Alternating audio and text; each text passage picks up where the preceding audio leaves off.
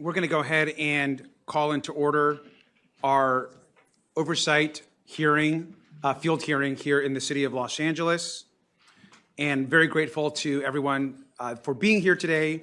And I want to just start by thanking, first and foremost, Mayor Bass. The mayor, of course, welcomed us to host this first hearing here in the city of Los Angeles. And I just want to thank her for her incredible leadership and for hosting us today in your city.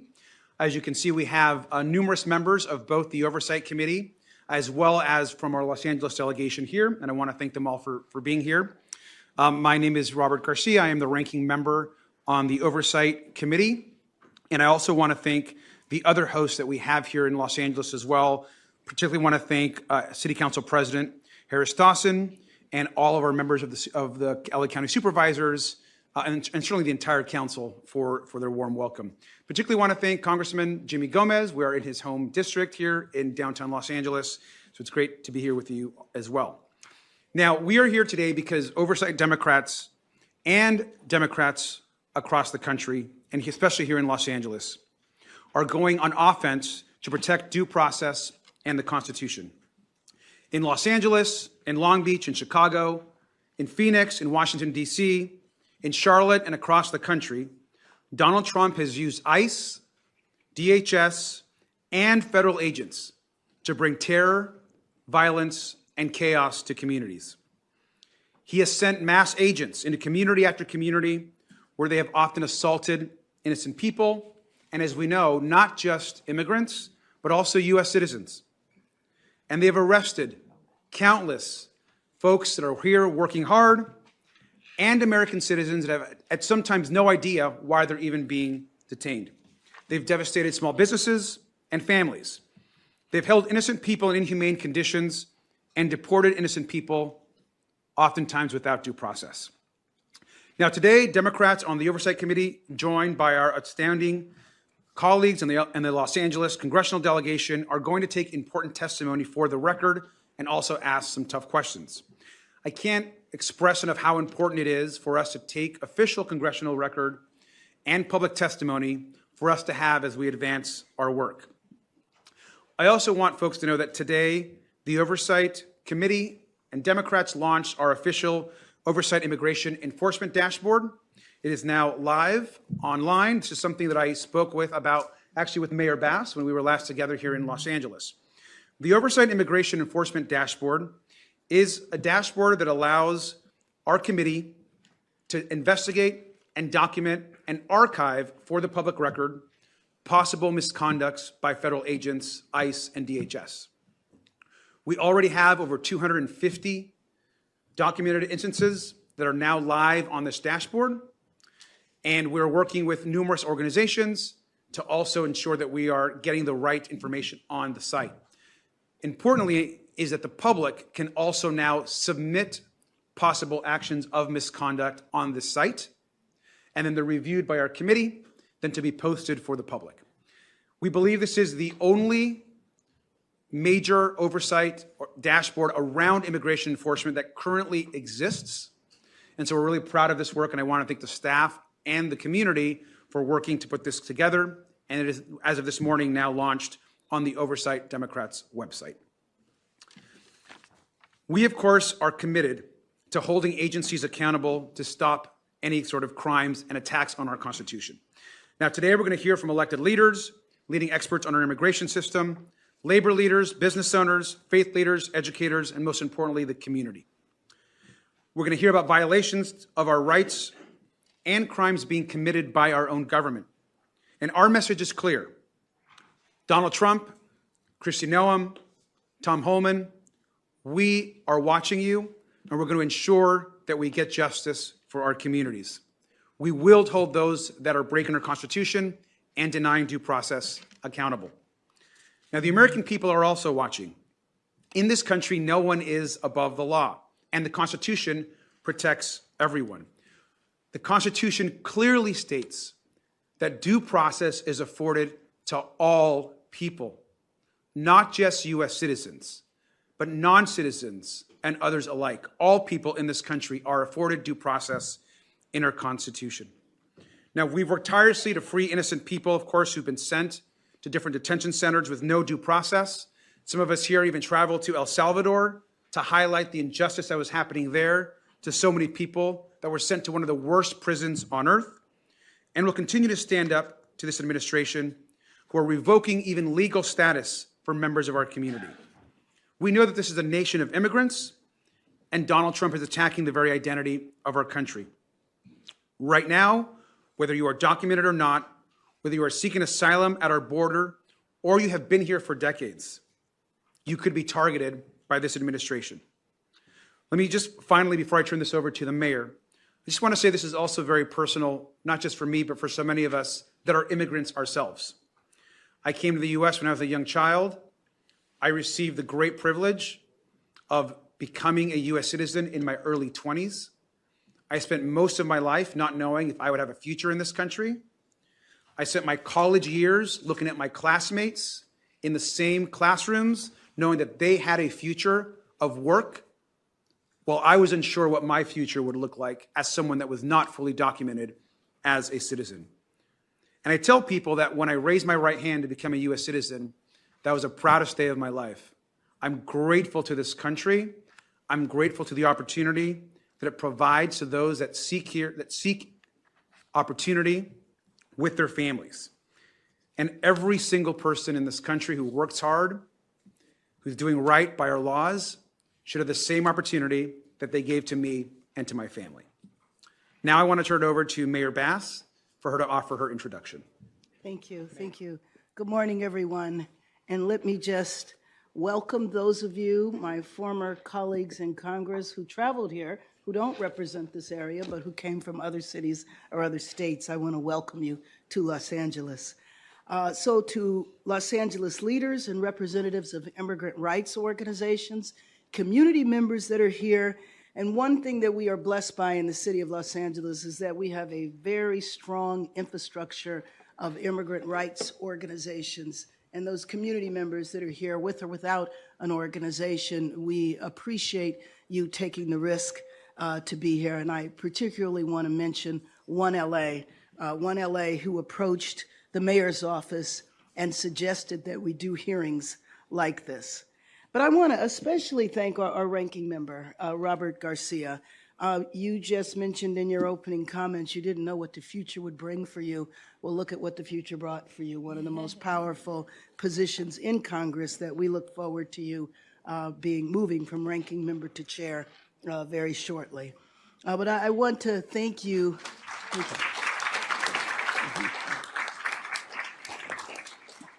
I want to thank you for answering our call for a congressional investigation into the egregious acts that began in Los Angeles and, as we predicted, have now spread to other cities. I'm speaking to you as the mayor of Los Angeles and as a lifelong Angelino on behalf of a city that has had a tough year, from devastating wildfires to witnessing friends, coworkers, and family members snatched off the street, chased through parking lots, and brutally detained by masked men. I think of those Angelinos who are detained or who have been deported as we enter this holiday season. Thousands of families will miss family members over the holidays. I think of the economic impact the raids have had. Sector of the Los Angeles economy cannot function without immigrant labor. LA's fashion district, construction, hospitality industries are a few examples. I think of the emotional impact this has had on Angelinos, especially children who live in fear and people who are still reluctant to leave their homes. On January 6th, we knew that we were part of an experiment to see how much the American people would tolerate. This unprecedented misuse of the U.S. military, federalizing the National Guard and sending 4,000 troops here, deploying 700 U.S. Marines, the city seriously felt under attack from our own government. The fear that blanketed this city is difficult to describe, frankly, because it's so hard to believe it actually happened. The U.S. Marines and the majority of the National Guard have left, but the injury they inflicted on Los Angeles remains. And make no mistake, the raids and the terror continue in the city. The raids don't dominate the nightly news, but just about every day, immigrant enforcement actions continue. Legalized racial profiling continues. We knew the experiment would travel to other cities, and it seems the tactics have been more brutal at each stop. During each attack, U.S. citizens have been brutalized and detained, including individuals who are in this country legally, properly attending required annual immigration appointments, are simply going to work in school, have been stopped and detained. Many Angelenos are understanding that they must now carry identification that documents their immigration status. To me, this is reminiscent of passes needed by African Americans in the Jim Crow South or by Black South Africans under the apartheid regime. Congress members, we asked for this hearing so we could develop a record of this moment in history. I applaud the formation of the dashboard. We wanted you to begin the investigation as the actions are continuing to happen. What usually happens is years later, an investigation begins to document, but we wanted to document this assault on our democracy right now. So in the future, those can be held accountable for actions that are essentially weakening our stability and weakening our democracy. It is my understanding that Ranking Members Garcia and Senator Blumenthal have demanded records from DHS Secretary Kristi Noem. This hearing truly addresses a crisis that we cannot ignore. Los Angeles will not stay silent while Angelenos' rights are violated. We are here to demand accountability, we are here to demand transparency, and we are calling on Congress to act before more families are torn apart. Los Angeles is built by immigrants, powered by workers, and strengthened by our diversity. We will not allow our people, our economy, or our core values to become casualties of illegal federal actions. Angelenos deserve justice, immigrant families deserve justice, U.S. citizens deserve justice, and the Constitution requires it. Let me now acknowledge Council President Marquise Harris Dawson, Council Member Heather Hutt, Council Member Isabel Jurado, Council Member Eunices Hernandez, Council Member Hugo Soto Martinez, and Council Member Adrian Nazarian. And I yield my time. Thank you, Mayor Bass. We're gonna begin our first panel. Our first panel is local elected leaders who are going to speak to the impact of ICE and CBP and other activity on their communities. We're going to first hear from Mayor Rex Richardson from Long Beach. We're then going to hear from two of our LA County supervisors, Janice Hahn and Hilda Solis, who I'll add are also both former members of Congress. And so thank you both for your service there. Then we'll be hearing from two LA City Council members, Hugo Soto Martinez, and of course, Eunices Hernandez. And so to all of our panelists today, thank you for joining us. As a reminder, this panel will provide testimony. We'll not be taking questions after this panel. That will be for the community panel after. And everyone is recognized for 3 minutes. Mayor of Long Beach, Mayor Richardson, you're recognized for your 3-minute statement. Thank you. Thank you. We're going to get this mic. Okay, great. Ranking Member Garcia, members of the Oversight Committee, thank you for hosting this important hearing. My name is Rex Richardson. I serve as mayor of the city of Long Beach, California. I'm here today because what is happening in my city is not immigration enforcement. It is state-sponsored intimidation targeting families, workers, entire neighborhoods through discriminatory profiling, unconstitutional stops, and acts of violence. Long Beach is the second largest city in Los Angeles County, home to 500,000 people. The city built, sustained, and enriched by generations of immigrants from all corners of the world. We honor their contributions, and we insist that every member of our community is deserving of dignity. But since June, that dignity has been under direct and deliberate assault. Since June, more than 50 Long Beach residents have been seized off our streets, people on the way to work, parents dropping off their children, gardeners, car wash workers on their shifts, caregivers walking home from nightly duty. We saw 11 abductions in a single afternoon just last Thursday, very brutal incidents. The most devastating toll has fallen on children, suddenly left without a parent, a guardian, or a sense of safety or security. As a father of 2 little girls, I'm heartbroken by the stories of children from my community watching their parents disappear into unmarked vehicles, no explanation, no due process, no information on where their parents were taken, and no assurance on whether they will ever see them again. Federal agents have appeared masked and armed outside preschools, churches, grocery stores, and parks, places where our families gather. No civilian community in the United States should be subjected to a paramilitary force patrolling its schools, its parks, and its neighborhoods.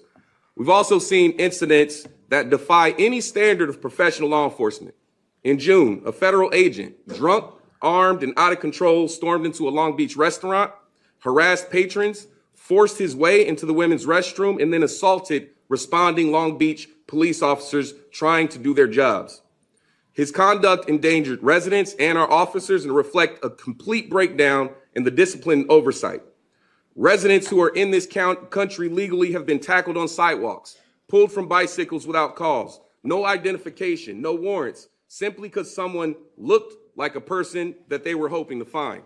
This is not public safety. This is racial profiling. This is abuse of power. It's trauma funded by federal tax dollars and carried out right here on American soil.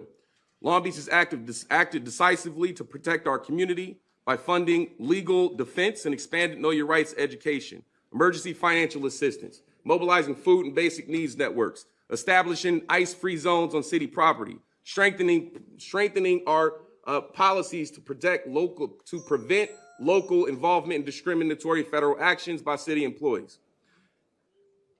What we see happening is an erosion of public trust. And if we tolerate government power being weaponized against one group, it opens the door for it to be weaponized against every group. So this is a dangerous slope. What is happening in Long Beach is now happening in American cities all across the country. So we need federal accountability. Congress must act to end the use of masked, unmarked federal agents in civilian neighborhoods, require warrants, transparency, and due process in all enforcement actions, investigate patterns of racial profiling, excessive force, and misconduct, ensure that no federal agency is permitted to operate an unregulated, unaccountable paramilitary force in American cities. And instead of wasting our taxpayer dollars on breaking our communities apart, Congress should focus on investing in things that make us safer, like affordable housing and health care for our most vulnerable families.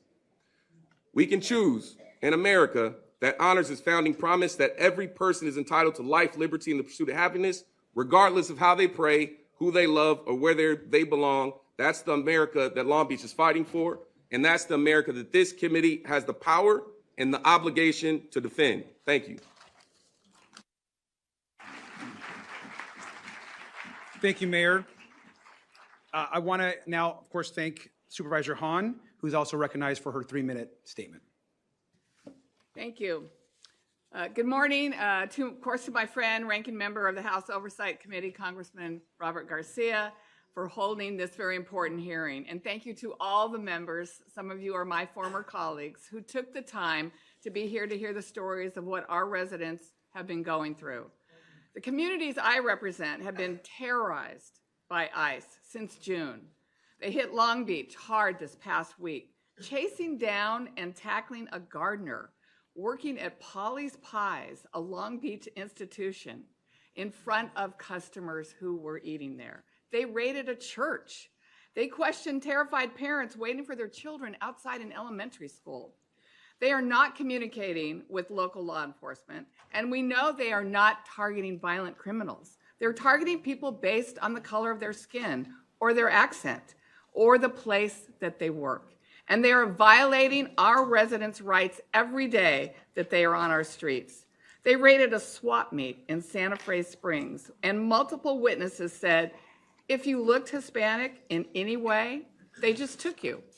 In Whittier, ICE arrested a man walking on the sidewalk only to be forced to release him hours later because even though he was a Mexican national, he was here completely legally on a tourist visa.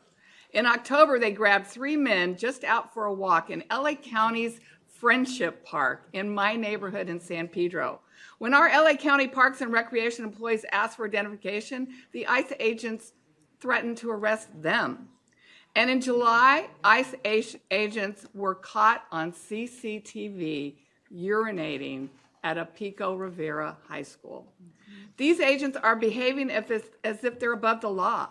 A community-led organization who is monitoring ICE work called the Harbor Area Peace Patrol has documented ICE agents swapping out license plates between their vehicles or taking their license plates off altogether. They cover their faces and refuse to wear badges or identify themselves. They pull people into unmarked vans at gunpoint and wonder why people are resisting their arrest. This is how an authoritarian secret police operate, not legitimate law enforcement in a democracy. I want this community to know the pain ICE is causing in Los Angeles County. The children who may never see their parents again, the families who are going hungry without breadwinners, the longtime residents deported to countries they barely know. Our Los Angeles County Board of Supervisors has taken what steps we can to protect our residents. We declared a state of emergency so that we can better respond to the devastating impact ICE is having. And next week, I will ask my colleagues on the board to vote on an ordinance to ban all law enforcement from wearing masks in LA County. We need your help. That is why this hearing is so important. We cannot allow ICE to operate above the law. We need Congress to be a check on the Trump administration's unlawful abuse of power. Thank you. Thank you, Supervisor. I'd also like to now welcome to give remarks our Supervisor Hilda Solis. You're recognized for 3 minutes. Thank you. Yes, thank you so much, Ranking Member Garcia and members of the Oversight Committee, as well as all the Democrats, and certainly Mayor Bass for bringing us all together today. What we've seen in Los Angeles over the last few months, and what I know will continue over the next few years, requires that all of us need to work together with urgency to support our most vulnerable residents, especially immigrant families. We need to hold the Trump administration accountable for the harm that they've inflicted on our communities, including many citizens whose lives have changed forever. One of the most impactful raids happened in the 1st District in the city of Pomona. In that raid, federal agents arrested more than 20 day laborers. That's when this horror began. Since these raids started, I have passed over 15 motions, what are considered legislative bills at the County Board of Supervisors in response, along with my colleagues. This includes directing our county council to take legal action against the administration for violating the rights of immigrant residents. We supported Governor Newsom in his lawsuit against Trump's deployment of the National Guard. We joined the Perdomo case, attesting that immigration agencies are violating the 4th and 5th Amendments by stopping individuals with probable cause, solely relying on race, language, and location. We also joined 29 other local jurisdictions in a lawsuit against the Department of Homeland Security and FEMA to challenge unlawful conditions imposed by the administrations regarding grants that we receive from the federal government. And we filed amicus briefs in litigation opposing the termination of temporary protected status for Nepal, Honduras, Nicaragua, Venezuela, and Haiti residents. We have to continue to fight this administration in the courts until we can ensure that every resident is guaranteed their rights and due process. Los Angeles County also has a sensitive location policy, and we're working to bring our schools and our hospitals into alignment with state legislation, providing protections for individuals at these sites. In addition, we know that these raids have significantly harmed our local economy, and that's why I commissioned a report from the Los Angeles County Economic Development Corporation to understand the economic impacts that these raids are having on the region. And according to their research, federal immigration enforcement in Los Angeles County during 2025 has triggered significant economic, operational, and community impacts, especially on small businesses, immigrant and mixed status households, and the region's service-heavy urban core. According to a survey of 178 business leaders from across the county, it is clear that fear and mistrust triggered by ICE activity are keeping people from public spaces and essential services.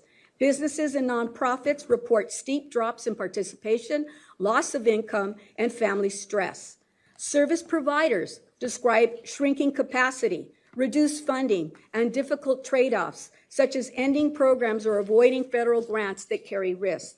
These pressures have reduced access to resources precisely when communities need them the most. This month, the raids began. Total visitors to establishments in downtown Los Angeles area were down 8.7%. And in June of 2025 compared to June 2024. I would just like to say the economic impact here is incredible. The estimates. Supervisor. Yes. You've got to wrap up, so thank you. I will. I just want to say that we know that the loss here in Los Angeles County is over $840 million to upwards of $2.51 billion. Thank you so much. We have to have these raids. Thank you, Supervisor. Thank you so much. Thank you so much. We're obviously trying our best to keep the time as best possible. I know we have a substantial amount of community members also that will be testifying at the end. I want to also now welcome and for his testimony, Councilmember Soto Martinez. You're recognized for your 3 minutes.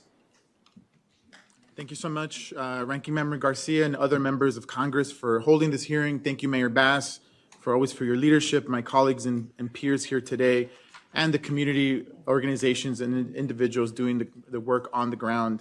My name is Hugo Soto Martinez, and I proudly represent the 13th District here in the city of Los Angeles. It seems surreal, but it's been more than a year since Donald Trump took office, and yet the effects of his authoritarian and anti-immigrant agenda have already created a lifetime of traumas for people across the country. In many ways, Los Angeles has been the testing ground for his brutality. We felt it when the raids began here, and since then we've witnessed families torn violently apart, our leaders brutalized on live television, U.S. citizens arrested with no due process, and the illegal use of our nation's military to intimidate and terrorize our communities.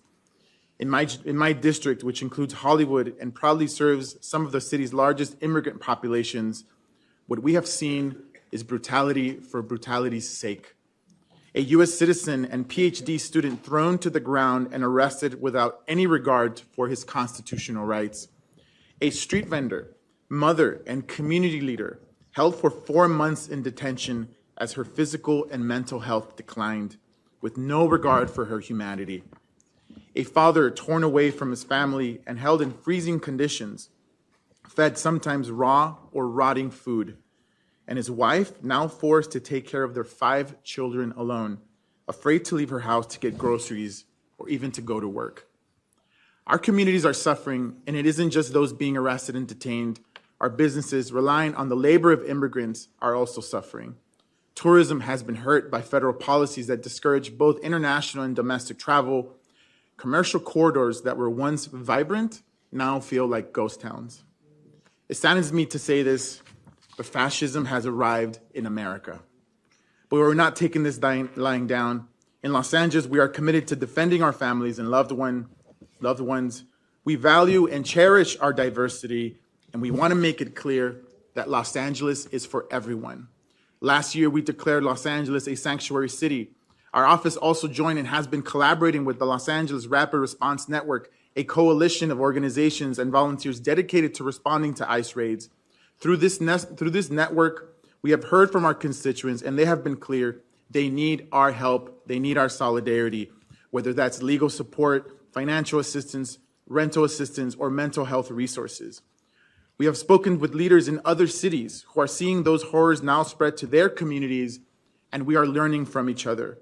And now, under the leadership of Mayor Bass, we are proud to team up with our congressional partners and support these hearings so that the suffering we have been forced to endure or witness can hopefully inspire others into action, because we need people, businesses, and organizations across the nation to join us and resist this slide into authoritarianism that the president has put us on. Thank you so much. Thank you so much. Councilmember Hernandez, you are now recognized for your 3-minute statement. Thank you, Ranking Member Garcia and members of the Oversight Committee and Mayor Karen Bass for this opportunity to tell the story of Council District 1.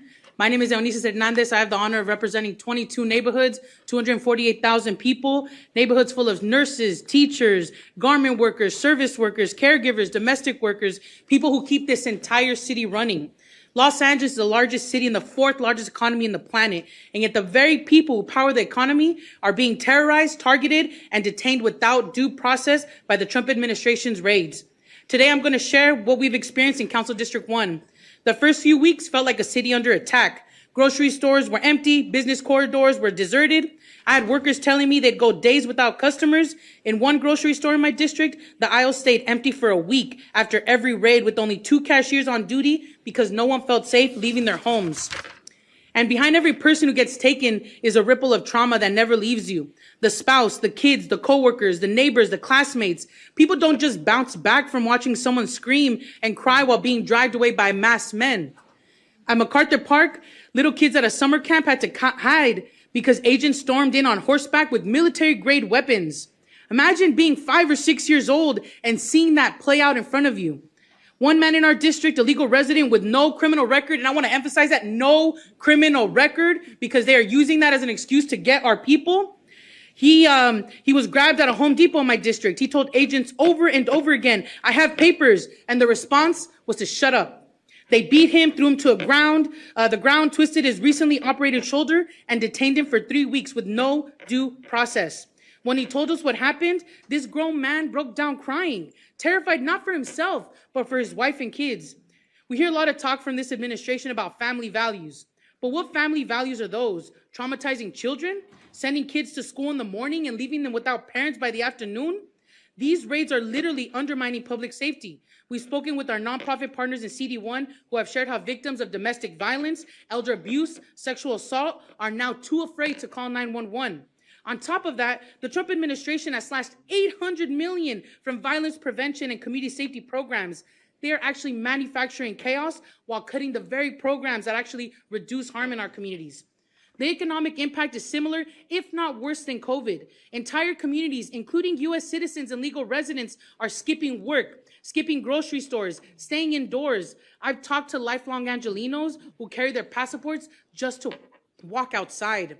Businesses are losing customers, storefronts are closing, and when workers lose wages, rent stop getting paid, and when rent cannot be paid, evictions go up. These raids are feeding a direct pipeline from immigration raids to the eviction to homelessness pipeline, and a country already facing a homelessness crisis. Our city will be left holding a bag, scrambling to keep families housed and alive while the federal government congratulates itself on law and order and cuts any sort of funding that can help us pick up the pieces. Our district always has had high needs, but the raids pushed it into another category entirely. We've literally had to invest $500,000 just to distribute food so our families can survive the economic freefall of that the raids created, as well as an additional $500 million.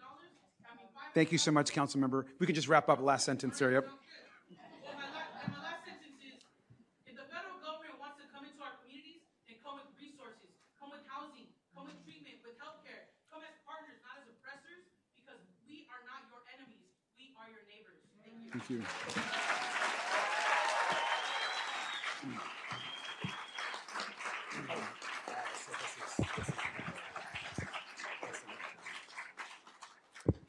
Thank you very much. Obviously, both the committee and our LA delegation, everyone here just really is grateful for all of your testimony.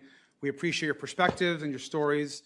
What we're doing now is we'll briefly pause to switch our panels. We'll be going into our experts panel and the opportunity for members to make statements or obviously ask questions.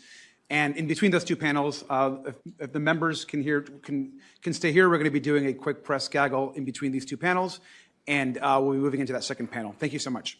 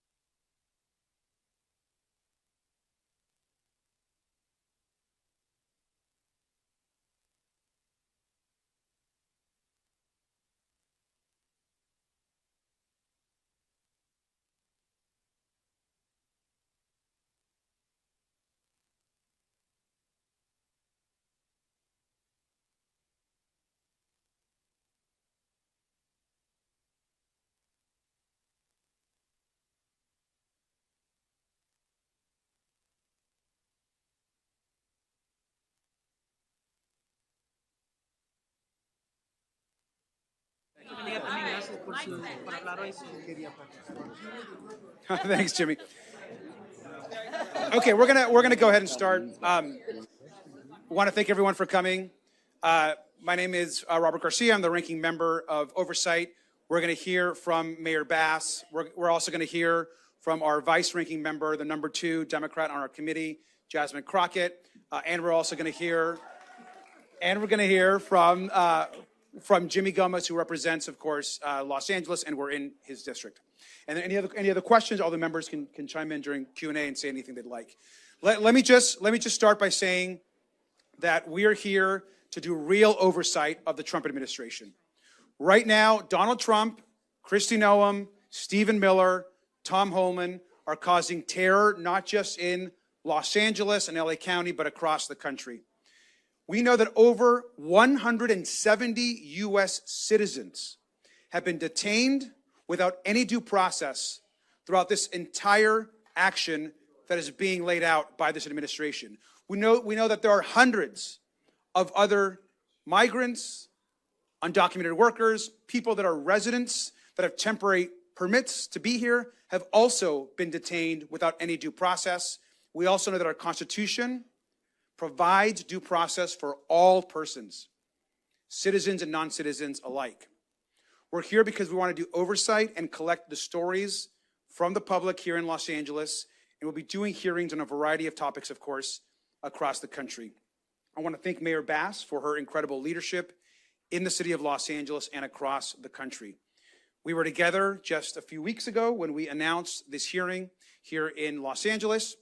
And I want to also add that just this morning, Oversight Democrats launched our immigration enforcement dashboard. This is a one-of-a-kind dashboard that collects and archives all information of possible misconduct across the country and collects it in one place on the Oversight website. We believe this is the only dashboard of its kind in the country, and there are already over 250 incidents of alleged and possible abuse by ICE, CBP, and other agencies that are in the actual archive and dashboard right now. And the public should know across the country that you can now go onto this website and submit your own incidents of possible misconduct for the public record and for us to investigate. And so we're grateful to be here. We will hold this administration accountable, and I want to turn this over to Mayor Bass. Thank you. Thank you so much, Ranking Member Garcia. And let me just say that I want to thank you for your leadership, for answering the call of Angelenos, who said, please begin a congressional investigation. We want the record to be established now. Typically what happens is after an egregious moment in history, in the future, people look backwards and say, what actually happened? We want that investigation to happen right now. And so I appreciate all of my former congressional colleagues who are here today, many who traveled from out of the city or out of the state to be here. We knew that on June 6th, an experiment was being launched, and it started right here in Los Angeles. We know that this has now spread to many other cities, and I am hoping, and I know under your leadership, that you will be traveling to those other cities, and we will soon have a national record. I have to say that although the raids have fallen from the headlines, these raids continue to happen every single day, and as we move into the holiday season, my heart is with those families who have missing members. We need to keep them in our thoughts and prayers as we go into the holiday season. The blanket of fear and terror continues and absolutely must end.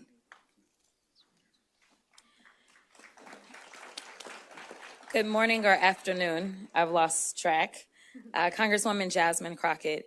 And I just want to say that as the ranking member gave his opening remarks, all I could think about is that he is the American dream. Right now, we are living an American nightmare. I don't know how many other Robert Garcias right now, unfortunately, are having their parents stripped away from them. How many other Robert Garcias, unfortunately, are being nabbed themselves? How many other Robert Garcia's dreams are dying when they came to the land of the free and the land of opportunity? Let me tell you something. I am here because this is truly life or death. We have an administration that is not only killing people, but is a dream killer right now. That is not the best of America. We are here because we care. I know so many people are frustrated and don't believe in politicians. But let me tell you that it takes real courage in this moment to stand up. And that is why we stand with and behind your mayor, because she knows what it is to be under attack by this administration. We understand that to be elected nowadays isn't just about service. It literally is life or death if you decide that you want to do what is right. So let me tell you, we are standing with your elected leaders because they are protecting the people from their own federal government that is dishing out death. And when I say that, I don't say it lightly. I say it because the numbers bear it out. I say it because we have a record number of people that have passed away in ICE custody. This is not the best of America. I know someone promised that they would make America great. I am telling you that they are doing just the opposite. I am telling you that we are a land of immigrants. It is time to do immigration right. It is time to make sure that we live up to the promise of this country.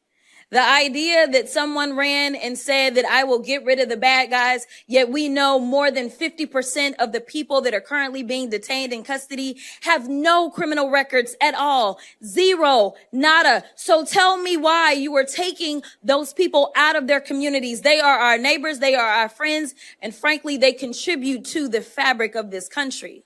They are what make this country great, not your thuggish ICE agents who literally are spitting on our Constitution, as well as everything that we think patriotism ought to be. So with that, I want you to know, whether you are in Los Angeles, whether you are in Chicago, whether you are in any city in North Carolina, let me be clear. Democrats, specifically on the Oversight Committee, we got your back. I want you to know that this is about doing what's right. This isn't right or left for us. This is right or wrong. And I am telling you right now, this administration is wrong.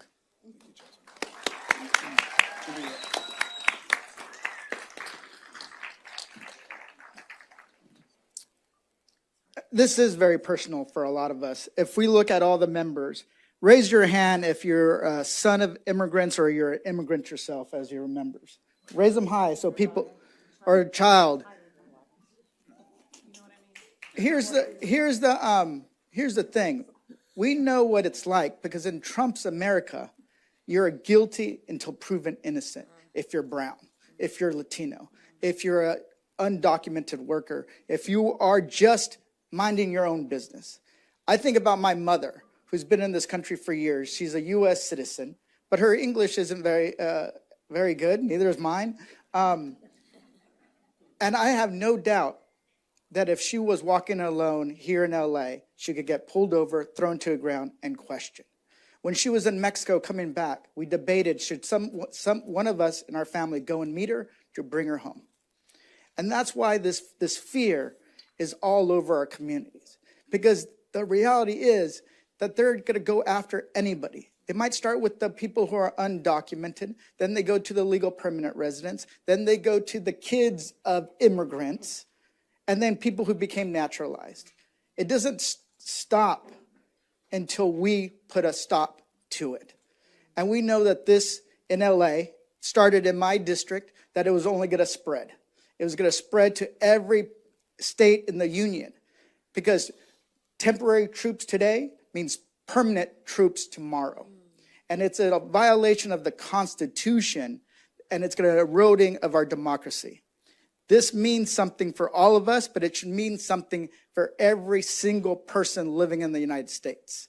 This is the moment that we have to reclaim our democracy.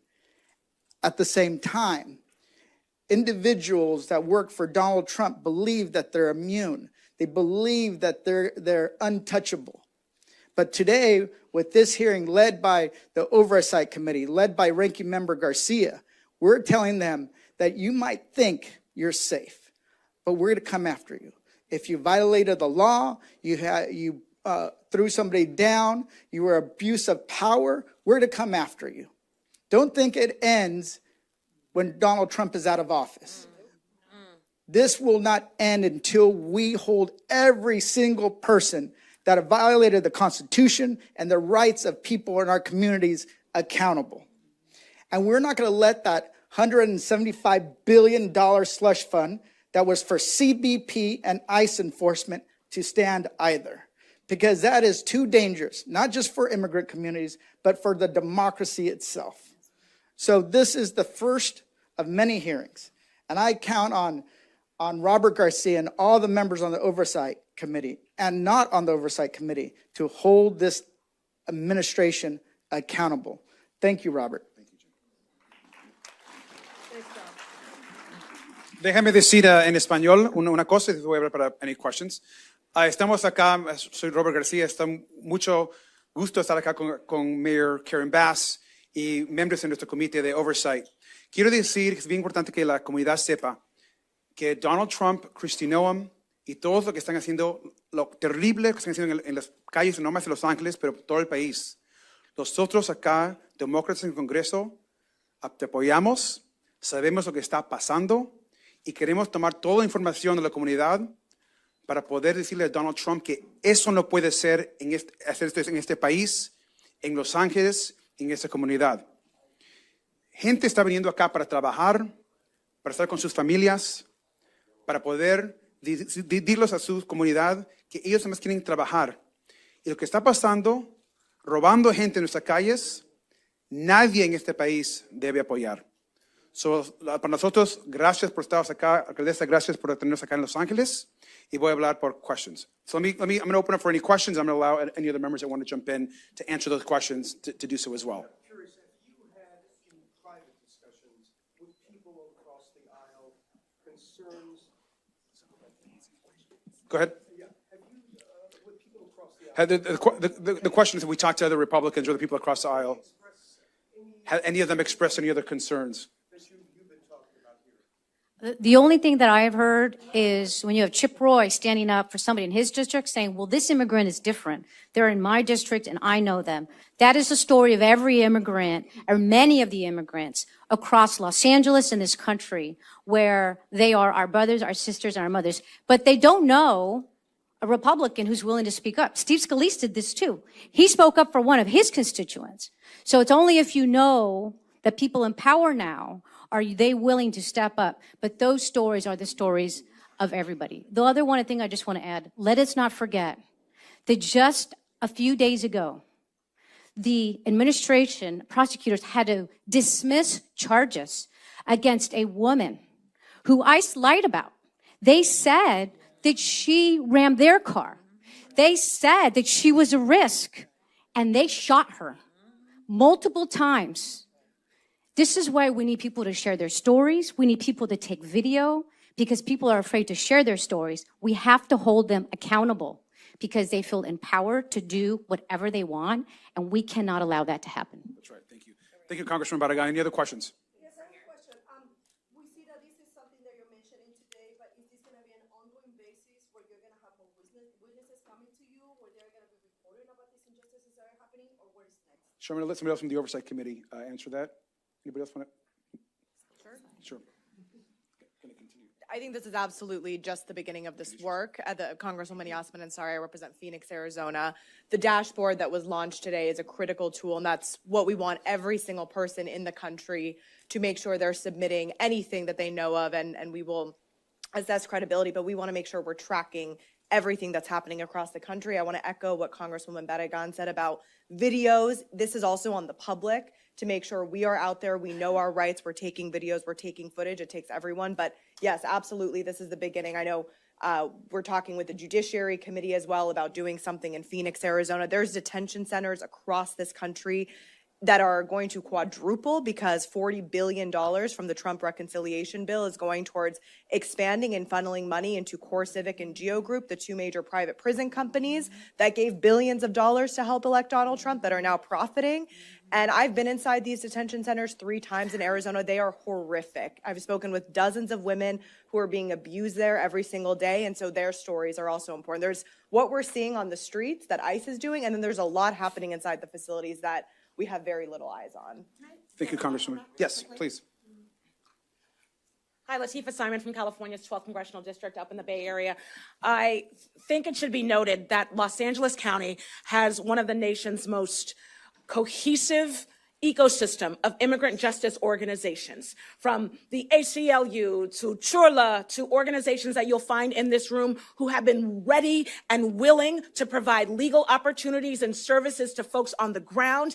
They are working with members of Congress and, of course, the Board of Supervisors and the City Council here. This is a roadmap that every single state in the country should use. Our folks on the ground understand the tyranny that is happening, and they are communicating and lifting up these stories to their local elected officials. And the Oversight Committee and members of Congress on the Democratic side are also here to listen. We are not the only body. I want to be clear. If you are here in Los Angeles County, if you are in the Bay Area, if you are in Detroit, if you are in Louisiana, know that there are folks in your community who are ready and willing to hear your stories and translate those stories, not only to our dashboard, but to their local city councils, and of course, to their governors, and of course, to the folks in the United States Congress. Thank you. Months ago, you said that LA was going to be the blueprint. It turns out you were right. Has anybody across the country come to your seeking advice? And what would you tell them? Oh, sure. You should know that 3 days after the first raid, I did a Zoom call with over 120 mayors. So mayors are in conversation with each other, especially the mayors whose cities have been under attack. We're all sharing our stories, and I just think it's most important, the protests that have taken place. Could you imagine if no one protested this at all? It is critical that we document. It is critical that we resist. We resist lawfully because we don't want to give them an excuse. What they want to do is provoke people into violence. But yes, we are all sharing what is happening and what is our response. Congress members, Congress has mandated that the ICE and detention centers report on data about transgender people, but they are not reporting that data. Why is this dangerous, and what are you doing to address it to ensure that people who are already marginalized are protected? Look, Dave Min, California 47, just to the south of here in Orange County, and I actually represent a very moderate district. I won one of the closest races in the country last year, and just to echo what other people are saying, we are hearing from people across the ideological spectrum who are concerned right now about the heartbreaking stories. And yes, it's happening in places like Newport Beach and Irvine, places that don't make the headlines necessarily, but we are getting raided nonstop as well. And my heart breaks for those families. But as a former law professor, I am outraged by the lawlessness of this ICE, of this DHS, whether it's on reporting requirements, whether it's on obeying the law that requires them to allow members of Congress to visit and come and oversee what is happening at these facilities, whether it is the daily abuses of the rule of law we see on videos, in eyewitness testimonies where you have ICE agents attacking and assaulting people in the streets. They are violating the law in myriad of ways. We have now seen 25 people that we know of who've died in ICE custody. That is why Judy Chu and I led a letter this past week to DHS, co-signed by 43 other members, including most of the people behind me, asking for answers on what is going on with the medical attention being provided. So there's a litany of issues right now, and we are not getting answers. I authored 2 other letters earlier this year to ICE, the Inspector General, and then the DHS. I had Kristi Noem, asking for who these ICE agents are. Are they subject to criminal background checks? What kind of training do they go through? Because they don't act like law enforcement agents. They are attacking people on the streets. They're not wearing body cams. They're wearing masks. And are there any investigations done when they're accused of any wrongdoing? And we've gotten 0 answers to this. My one interaction with senior ICE agents where I went to a facility and talked to them, They just lied to me. They claimed that there were 0 warrantless raids happening in Orange County, something we knew not to be true. They claimed that there had been 0 complaints or litigation filed against ICE or DHS or CBP in Orange County, something we knew was demonstrably not true. So right now, all we're getting out of this administration is lawlessness, a lack of accountability. People need to be held to account. Unless you think Donald Trump's going to be president forever, there will be accountability at some point. There are people violating the law right now. It's the highest level of this administration who deserve to be in prison. And I hope that we as a committee are able to dig down and try to get answers on this lawlessness that we're seeing. Let me answer. Sorry, go ahead. Yeah. And yes, Okay. Let me just be clear as it relates to trans folk. First of all, we can't trust this administration to do right by any reporting. If they don't want to report accurate job numbers, honey, I don't expect to get accurate information about trans folk. I just want to be clear about that. In addition to that, we have seen that this administration has been very clear about taking away the personhood of trans folk specifically, not just when it comes to ICE, but we know that we just got them talking about how someone will be classified as it relates to their passport in and of itself. So this is why this dashboard matters. This is why the leadership of the Oversight Committee matters, because we can't tell these stories. We won't know these stories, but I can tell you trans people are loved too. So they've got loved ones, and those loved ones need to make sure that they understand that we stand for everybody in this country. We understand that they really should be respected in a way that this administration never will. So I want you all to know that you have a safe space with us. Please tell your stories. I know it is not easy to trust a government that is attacking everybody. I get it. I don't trust them. I'm being perfectly honest, but you can trust us. So make sure that you're using the dashboard that we've set up. Tell the stories of your loved ones. We need to know who's being disappeared. We need to know whether or not they are missing their medications, because they need medication as well. We understand people are going through transition. We get it all. So make sure that you are giving us the information. Let me open it up for other questions. Yeah, we know in Texas, Trump's cheating scandal is being challenged in the court, and also Marjorie Taylor Greene, she's resigning. If and when House Democrats take back control, how quickly are we going to see some of this accountability? Overnight. Anyone else want to answer? Anybody? Norma? Go ahead. And then after this, we're going to take one more question, and then I'm going to also allow the chairwoman. I'm going to think it's chairwoman. I'll have you close this as well, okay? I would say immediately after. We don't have another cheek to turn. And I think that that is the clear message that we are sending by having this oversight hearing, is that no more cheeks to turn. We need accountability and transparency for all of the people that are disappearing, all of the people that are being beaten up in the community, and every single lie that Donald Trump and his hate agents have spilled to members of Congress, to the judicial system. They are liars. Plain and simple. Quiero decir algo muy importante en español, porque no creo que aquí podemos hacer nuestro trabajo sin decirlo en español para la comunidad que realmente son el target de esta administración. Todas las semanas, todos los viernes, mi oficina va adelanto. ¿Por qué? Porque es necesario estar presente. Es necesario tener un oversight de lo que están haciendo, de qué está pasando. He tenido una señora que ella no habla ni español ni inglés. Ella habla otro idioma, chino. No me han querido dar ni nadie para poder hacer la traslación.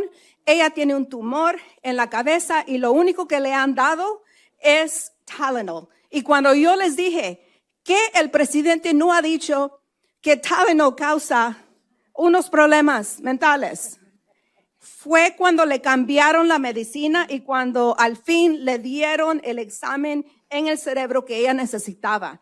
Estamos aquí porque todos nosotros estamos en la misma caja. Mi esposo, mi familia, todos han firmado esa fórmula que necesitamos para poderlos encontrar. Porque cuando los mandan de una cárcel a la otra y andan en camino, en tránsito, están desaparecidos. Totalmente desaparecidos. Entonces, la conveniencia de ellos es tenerlos desaparecidos. En septiembre fui a Guatemala, 35,000 guatemaltecos han sido deportados hasta el fin del mes de agosto.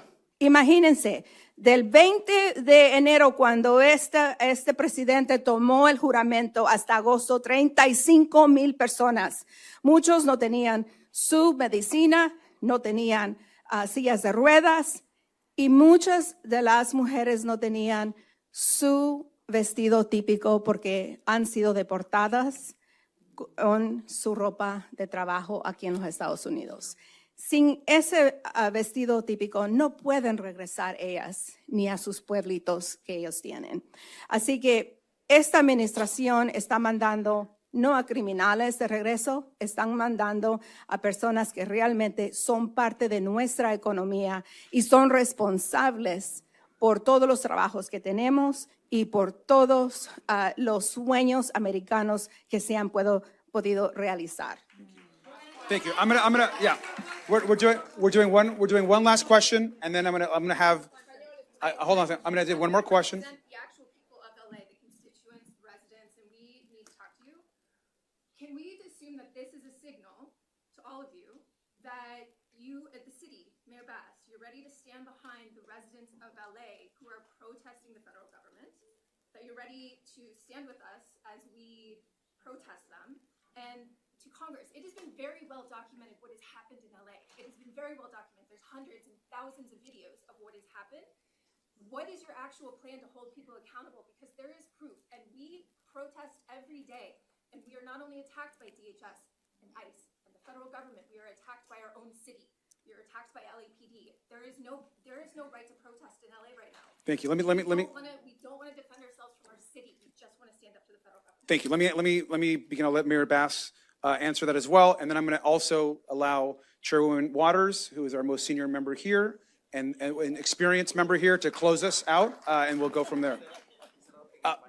Thank you. Let me just say first, I can speak on behalf of the Congress.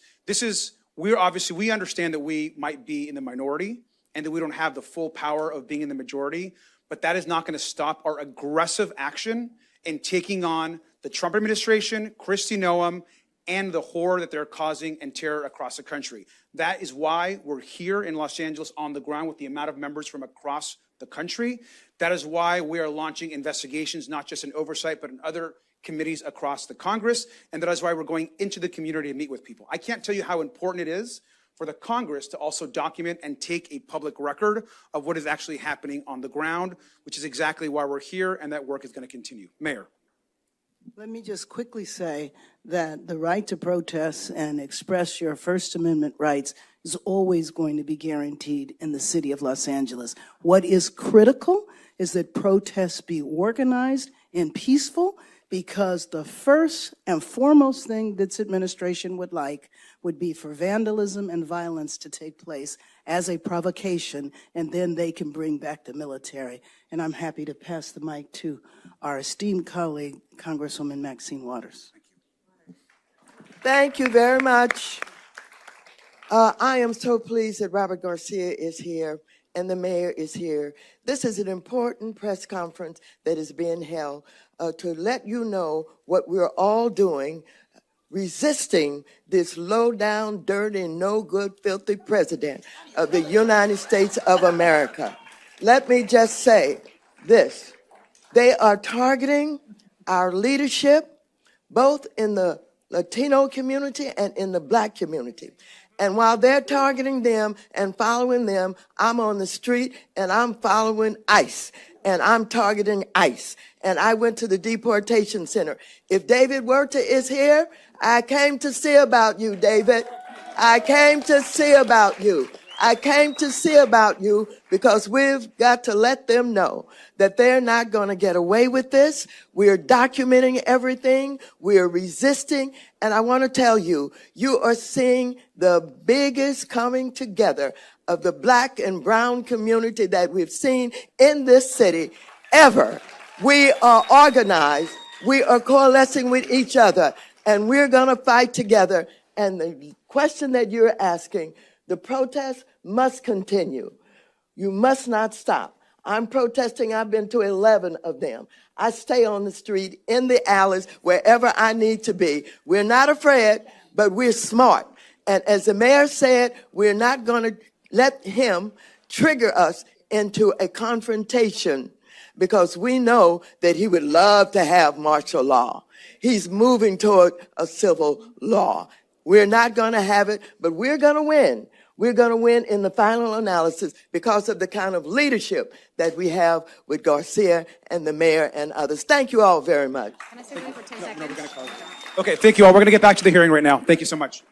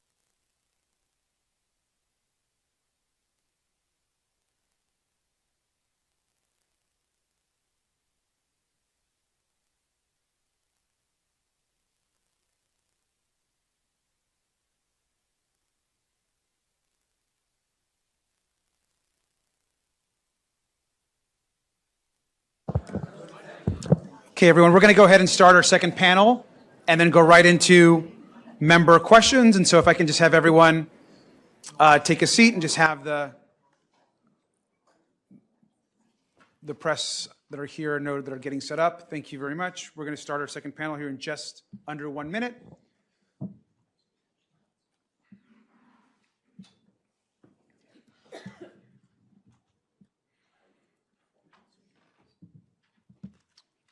Thank you. We're now going to begin our second panel of testimony and, most importantly, also questions from our members.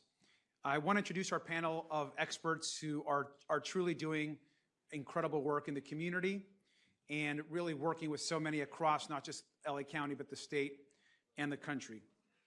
Our panel of experts, of course, are going to provide each a brief opening statement, and then we'll take questions from the members. First, we're going to hear from Lindsay Kozlowski, who's president and co-founder of Immigrant Defenders Law Center. Then we're going to hear from Angelica Salas, who's the executive director of the Coalition of Humane Immigrant Rights. We will then, of course, hear from David Huerta, who is the president of SEIU California. Then we're going to hear from Father Brendan Busse of the Dolores Mission Church, and then from Chancy Matarel, who's the founder and executive director of the Thai Community Development Center, and finally from Andrea Velez, an LA resident and a US citizen who was detained by ICE. Thank you all for being here and for sharing your perspectives. And I'd like to begin with Ms. Kozlowski. You're recognized for your 2-minute opening statement, and then we'll go from there. Thank you. Thank you. Good morning, Ranking Member Garcia, Mayor Bass, and all the esteemed members of this committee. I want to express my gratitude for the opportunity to testify at this hearing today on behalf of Immigrant Defenders Law Center. Our organization, in collaboration with all of our partners at the Rapid Response Network, has been part of the legal response to the raids impacting our communities. 2025 is on track to be the deadliest year for people in ICE custody in more than 2 decades. For lawyers representing people in DHS custody, this is sadly not a surprise. The horrific conditions at places like B-18, Adelanto, California City, and the many ICE prisons across the country keep people in dangerous and cruel conditions while denying them access to counsel and pressuring them to sign their own deportations. The most extreme example of the intentional cruelty in our detention system was sending 252 men, including our client, Andre Hernandez Romero, to be tortured in El Salvador. But as the raids escalated, as the number of people detained by ICE has surpassed 66,000, the highest number in history, we know that what happened to Andre is not an anomaly, but rather it is an example of the moral rot that pervades this administration's approach to immigration enforcement. Most of the nearly 2,000 calls to our rapid response hotline for people detained by ICE involve people with no criminal convictions. Long-term community members, many here 10, 20 years or more, often breadwinners with US citizen children and grandchildren. The youngest person we have assisted since the raids is only 3 years old, and the oldest is 77. They represent 57 countries of birth, and many are members of indigenous communities. Stephen Miller and Donald Trump find due process inconvenient to their plans for mass deportations. They are afraid of us lawyers because they know we will hold them accountable for their rampant violations of the Constitution. While their campaign of hate marches on, we remember that their days in power are numbered and the people's are not. Thank you. Thank you very much. We'd like to hear now from Angelica Salas, who's, of course, the Executive Director of CHIDLA. Good morning, and thank you, Ranking Member Robert Garcia, members of the House Oversight and Government Affairs Committee, members of Congress, and our Mayor, Karen Bass, for the opportunity to speak about the federal immigration enforcement actions in Los Angeles and the impact that these actions have had on our community. As we prepare for the holiday season, thousands of family members will be absent from tables and celebrations because the Trump administration immigration enforcement operation has taken them. I have over 30 years experience working with immigrants and refugees, and I have never witnessed such broad, sweeping brutality, lawlessness, racial discrimination, and lack of accountability in immigration enforcement. Since the raid started in early June, CHIDLA has received over 2,300 calls from our Rapid Response Hotline. Our Rapid Response Network includes over 80 organizations, labor unions, and religious institutions. To date, we have captured 2,151 sightings of immigration enforcement in our communities, 5,210 people detained. Currently, CHIDLA is working with 951 impacted individuals and family members. We have completed 450 in-depth interviews. Our findings reveal that 52% of those detained were arrested at work or while commuting to work, the others in immigration court.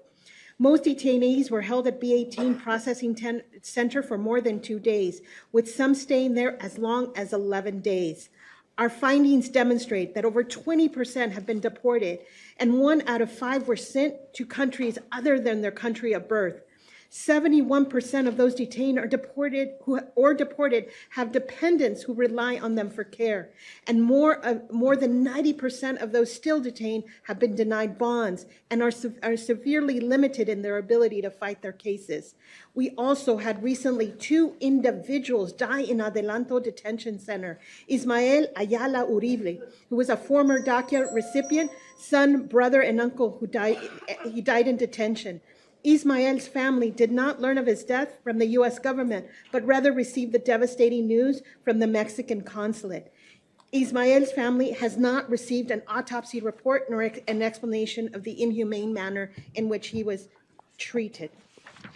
What we need from you, and I know a whole year of the Trump administration enforcement captured in 2 minutes, but so what we need from you, utilize your congressional oversight power to ensure due process and accountability for the Department of Homeland Security, CBP and ICE, and for all federal agencies that are assisting. Support your constituents impacted by the raids by supporting their cases and their human service needs. Investigate the conditions in detention centers and the deaths occurring as a result of enforcement actions. You owe it to the families. Demand the DHS report on the causes of death for those individuals releasing autopsy reports and incident reports. Work with our mayors and our governor to protect our people by enforcing existing law. Thank you so much. Finally, educate the American public. We need a path to citizenship so our people will never, ever have to live this again. Thank you. Thank you so much. And next from an incredible leader here, really from across the country, but certainly here in California and Los Angeles, Mr. Huerta, President of SEIU.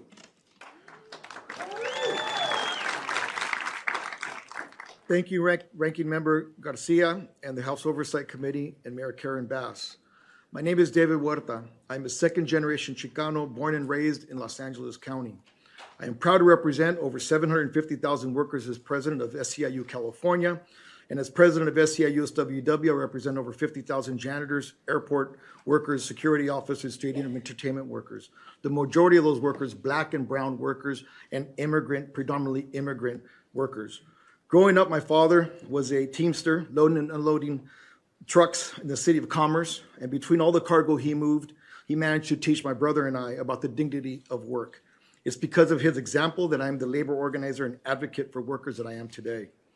That organizing spirit drew me to the union, now known as SCIU, United Service Workers West.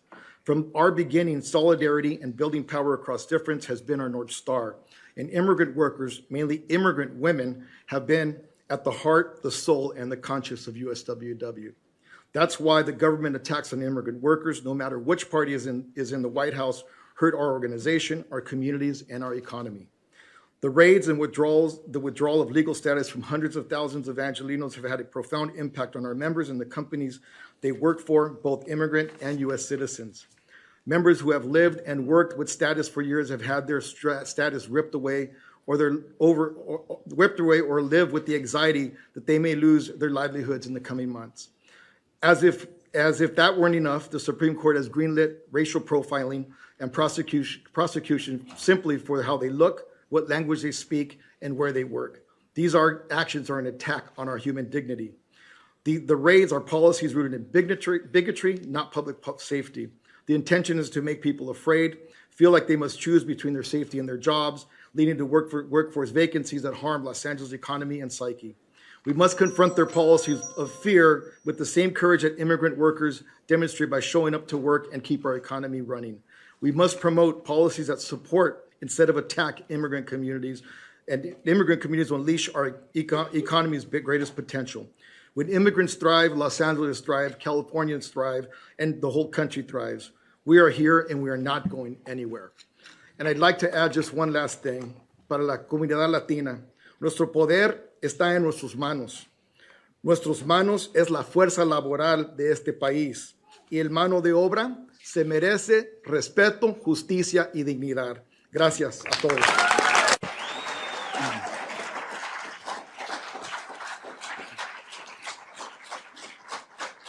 Thank you. And next, thank you. Next up, we'd like to hear from Father Busse, please. Thank you very much, and good morning, all. On Friday, June 6th, I was celebrating the graduation of our 8th grade class at Dolores Mission in a church plaza full with parents and grandparents, aunts and uncles, a powerful and proud moment for our low-income, multi-generational immigrant community. And as we were folding chairs and taking pictures, handing over bunches of flowers and balloons, my phone began blowing up with notifications from the Boyle Heights Rapid Response Network about a raid happening across the river in the Fashion District. I left the chairs unfolded and hurried over to witness the first of what was to become months of merciless, chaotic attacks on our community, all in the name of so-called enforcement of our nation's broken and beleaguered immigration policies. Since then, I have seen families huddled together in their apartments, parents and grandparents paralyzed in fear for what they've seen out the windows of their homes. Many have reminded me that the reason they first came to this country was because they were fleeing a place where masked men in pickup trucks and assault rifles would regularly terrorize their communities and kidnap and disappear their family members. Just last week, I received an early morning text from one of our recent graduates. Father Brendan, we're on our way to school, and we saw masked men in trucks kidnapping people. The fear and trauma of this enforcement affects us all in ways that are often unseen. I've spoken with hospital staff and doctors who feel unsupported or unclear on how to offer care to patients in ICE custody, serious concerns about violations of privacy, and the real problem of how to treat a person suffering the effects of violence and abuse when the abuser in uniform is standing in the room with them. A woman was brought to our attention at Dolores Mission in a near catatonic state, paralyzed in grief after losing her young daughter after a failed organ transplant, unable to claim her daughter's body from the morgue because she was too grief-stricken and overwhelmed at the weight of a decision to give her daughter a funeral and burial or to request cremation, paralyzed at the notion of potentially finding herself detained and deported and unable to visit her daughter's grave in the future. Life is hard enough. This cruel campaign of terror under the guise of legal enforcement is a profound moral failure on the part of all those responsible for the legislation of just immigration reforms, not to speak of the moral abomination of those who take pleasure in this cruelty as if it were some sort of strength or virtue. My faith has no room for a white supremacist fantasy of racial or national purity, a false idol of security hidden behind border walls and locked away in dungeons of makeshift detention centers or concentration camps. My faith is rooted in the truth and beauty of the Holy Family, the human family, and my understanding of migration as a human right, the care of migrants as a moral responsibility, is rooted in the notion that anyone who comes to our borders, knocks on our doors, or cries out from afar should be welcomed as a member of our family, never feared nor forsaken.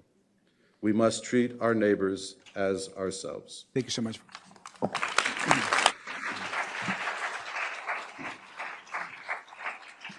And next up, we're going to hear from Martorell. This is for Chancey Martorell, who's the founder and executive director of the Thai Community Development Center.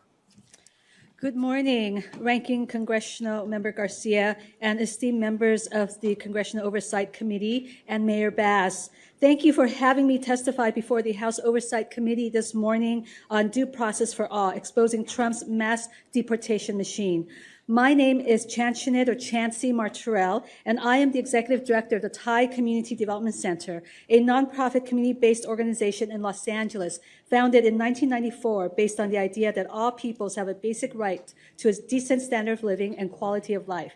Since its establishment, Thai CDC has addressed the multifaceted needs of Thai and other disadvantaged immigrants faced with substandard housing conditions and lack of access to basic health services, education, economic opportunities, and quality employment.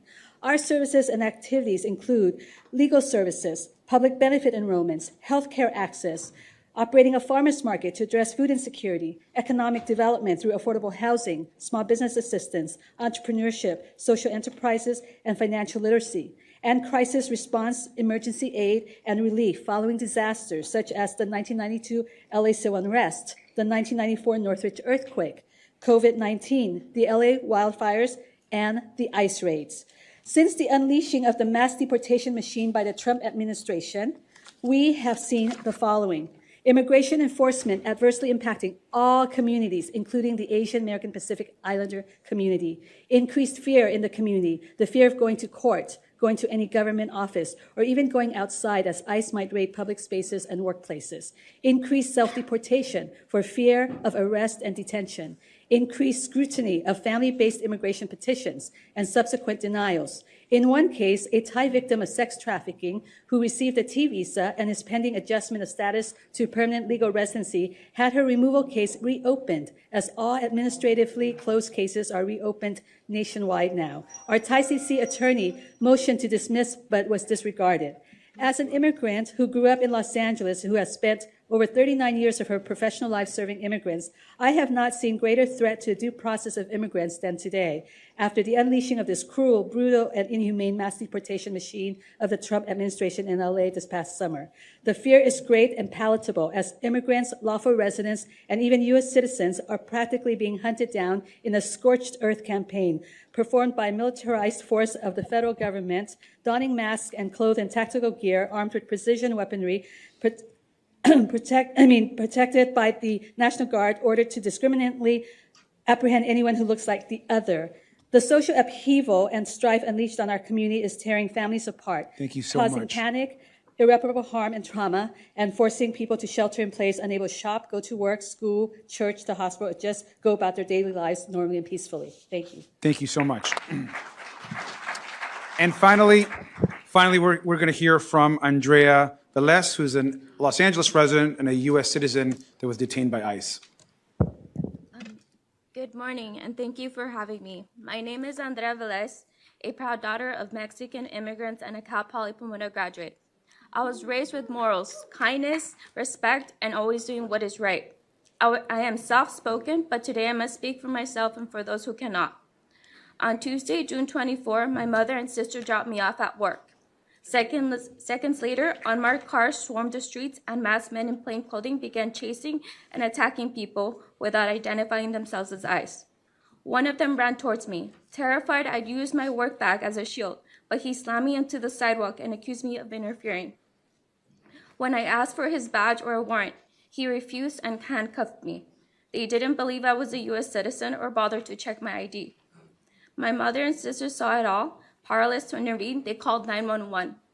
But LAPD assisted ICE instead of protecting me. Another U.S. citizen, Luis Ippolito, was detained that day for recording. He was pepper sprayed, beaten. They minimized his pain as not a big deal, despite convulsing, bleeding, and struggling to breathe. Only after he was into shock did ICE call an ambulance. I spent most of the first day shackled in a van watching others arrive distraught and taken against their will, while ambulances came and went for those attacked. Inside, I was denied the right to call my family or speak to a lawyer. ICE refused to disclose my whereabouts. Requests to use the bathroom or asking for food were met with hostility and anger. At the Metropolitan Detention Center, I could not access drinking water without purchasing a cup. Thankfully, another detainee lent me theirs. I was held there until Thursday, and my case was dismissed 2 weeks later for lack of evidence. Since that day, I no longer feel safe. I detached from my trauma, yet our community continues to be targeted because of the color of our skin.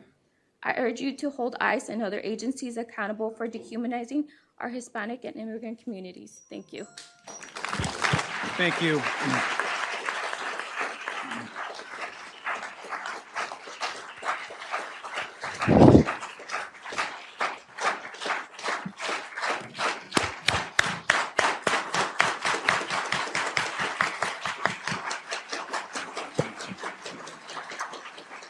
Thank you. Thank you so much for your testimony. Of course, I know you'll all be answering questions now from members, so I appreciate that. We're going to be moving on to member questions. I'll recognize each member of Congress for 4 minutes of questioning. We'll begin with the Oversight Committee members, and then we'll move on to our Los Angeles delegation. Obviously, there is a timer that's visible to you. When the time is expired, we'll move on to the next member. So I'll begin by recognizing myself for 4 minutes, and then we'll move on to the other questionings. I want to just first, again, thank our witnesses for being here. Very powerful testimony. Ms. Velez, thank you for sharing your incredibly powerful story. What's happening to you is happening to people across the country. I want to reiterate, just this week in my hometown of Long Beach, ICE came in and terrorized the community. They threw down a well-known and well-loved gardener from a restaurant that we all know. As the gardener runs into the restaurant to get help, he's been there for years, ICE agents threw the gardener to the floor of the restaurant, in the middle of the restaurant, around all of the patrons and workers that he knew also so well. The dehumanization is real, and that's an important part of what's happening right now in the Congress. I also want to add, what's happening to him is happening to people across the country. It's schools, it's churches, it's, of course, the places we worship. It's in front of places that are providing work, and all of that needs to stop.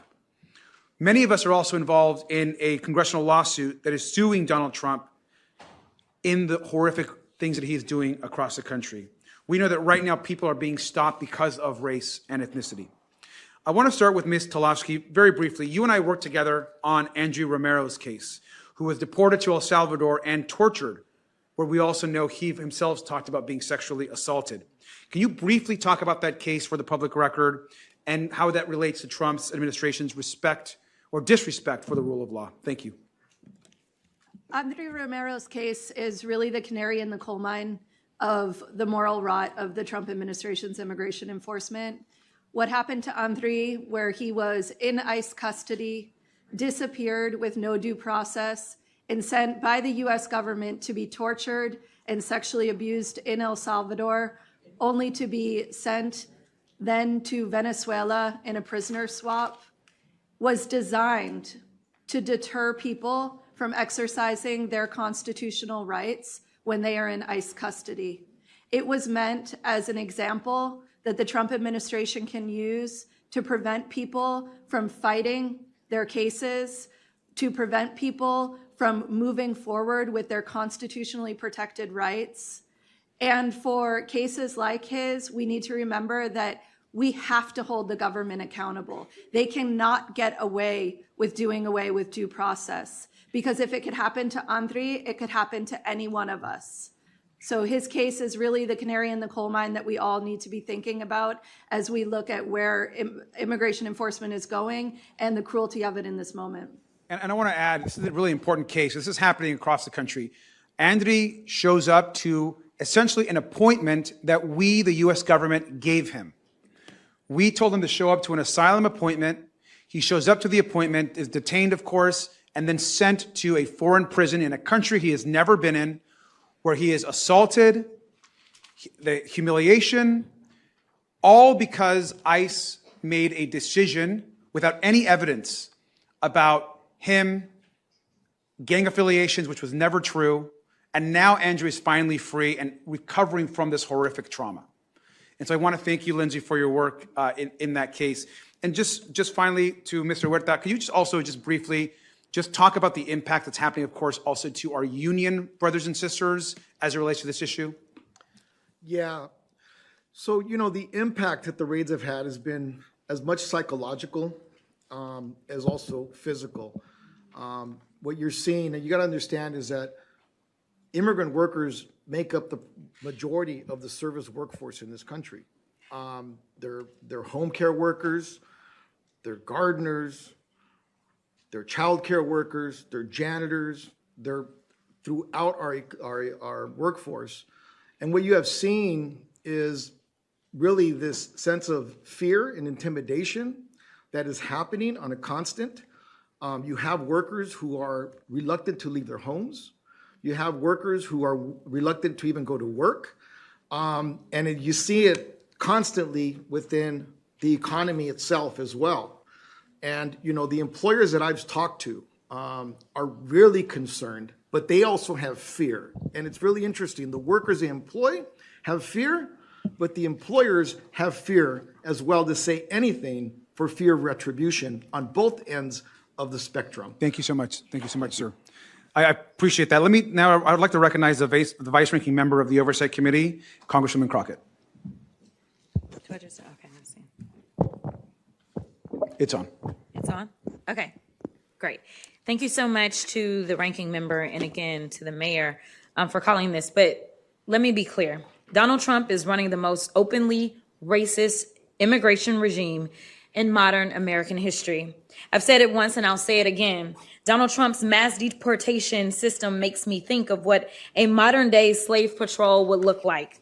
Slave patrols were armed groups empowered by the government to control, intimidate, and terrorize people solely based on color. That's what's happening now. Donald Trump is sending mass agents without warrants into communities of color to terrorize the people who live there. And the reason that I want to make sure that I draw out this link, because we heard Maxine say that Black and brown is coming together. I want to be clear about this. This should not just be the immigrant community. This should be all of us united, because we know united we stand, divided we fall. And unfortunately, this last election, we allowed ourselves to be divided. Now, Ms. Velez, it's my understanding that you were detained by federal agents while you were on your way to work. Is that correct? Did any of these agents present you with a warrant? No. An explanation? No. Did they do anything other than illegally detain and arrest you? Yeah. Did they even identify themselves? No, they did not. Okay. Donald Trump has created an environment where these agents believe they are above the law. And one of the things that the ranking member just said was that there's a level of dehumanization. It is in that dehumanization, whether we are talking about the language they use to describe human beings, or whether we talk about the fact that they don't feel as if certain people are entitled to their constitutional rights. That is why Ms. Velez, unfortunately, was denied her constitutional rights, which we know she was supposed to enjoy in, just like those in our immigrant community. But this isn't just that this is the most openly racist immigration regime in modern day history. It is also the most violent and deadly immigration regime in decades. More people have died this year in ISIS custody than in any year since the early 2000s, and the year is not over.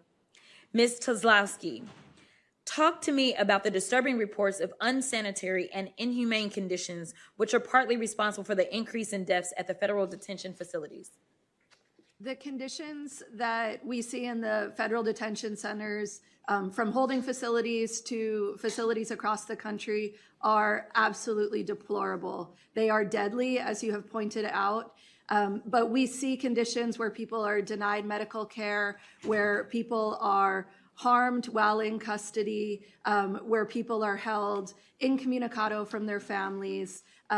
What we are seeing right now are the most horrific conditions, and they are designed simply designed to get people to give up on their cases. They're intentionally cruel, being kept away from their families. In some cases, we've seen people in the midst of chemotherapy treatments, people on dialysis who are being held in conditions where they don't have access to bathrooms, where they're given rotten food, where they're in places that are so crowded, rooms that are meant for just a dozen people with 60 people in them, that they can't even lay down despite their delicate medical conditions. Thank you so much. Listen, Donald Trump has dehumanized people of color for decades. I want y'all to understand this is who he is. This is an actual feature of what it is to be Donald Trump. Instead of a flaw, he demanded the execution of innocent Black boys. He has been sued many times for racial discrimination. He called African nations shithole countries. He said that, quote, immigrants poison the blood of our country. And he's repeatedly refused to denounce white supremacy. In fact, he's hired many white supremacists to work in this administration. And now they're carrying out this racist and violent mass deportation, and it is destroying our country. LA, we stand with you, and we stand with the rest of this country. Thank you so much. Thank you. Let me turn this over now to Congresswoman Lee. Thank you, Ranking Member, and I can't tell if this thing is on. It's on. Real good. Okay. Thank you so much to the Ranking Member, and of course, I want to also extend gratitude and thanks to Mayor Bass for bringing us together, and of course, to everyone here on all of the panels who have testified, who are sharing their experiences, their expertise, with not just us, but of course, with the entire country. Like others of my colleagues, I travel, from my district across the country because Donald Trump, in general, but especially his immigration enforcement policies, is an existential threat and an existential crisis for the entire country and every person in it. So whether or not you are someone who is directly impacted, if there is a threat to one person's rights in this country, is it a threat to all of ours, and thus a threat to our democracy itself? And as members of the Congress, and especially those of us on the Oversight Committee, we have a constitutional duty to conduct oversight over the actions of the executive branch, especially the bad actions and the ones that are legally questionable. Since day one of Donald Trump's presidency and his administration, they have broken laws, they violated the Constitution, they've terrorized communities in our own country, and that's just his immigration enforcement policies. And those policies have been unprecedented, an unprecedented disaster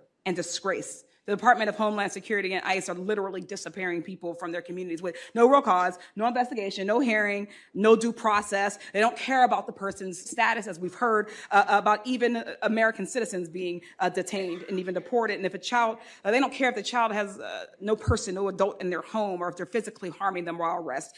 Ms. Velez, just to dive in just a little bit deeper really quickly, you also weren't allowed to call a lawyer? Yeah, that's correct. I wasn't able to. Were you given water? Not at the Metropolitan Detention Center. Were you allowed to call your family? No. Ms. Kozlowski, just briefly, are these experiences unique that Ms. Velez experienced? Unfortunately, these experiences are not unique. We have heard from thousands of community members who have been detained by ICE. We have interviewed them and documented the abhorrent conditions that they are held in and the systematic denial of access to counsel and access to their families. And again, all of this is designed to deter people from exercising their constitutional rights. Thank you. So when immigration officers violate people's constitutional rights or physically harm them, as you said, it's not an outlier. It's not an accident. It's the Department of Homeland Security's stated and planned policy. The cruelty is the point here. And they know that their actions are inhumane and unconstitutional. That's why they ride around in unmarked vehicles. That's why they're running through the streets with masks on to conceal their identities. That's why they refuse members of Congress access to their detention facilities, including me. I am the ranking member of the Federal Law Enforcement Subcommittee. And when I went back in August to conduct an oversight over one of the largest processing centers in my region, in the East, in Pennsylvania, Moshannon, I was not allowed in.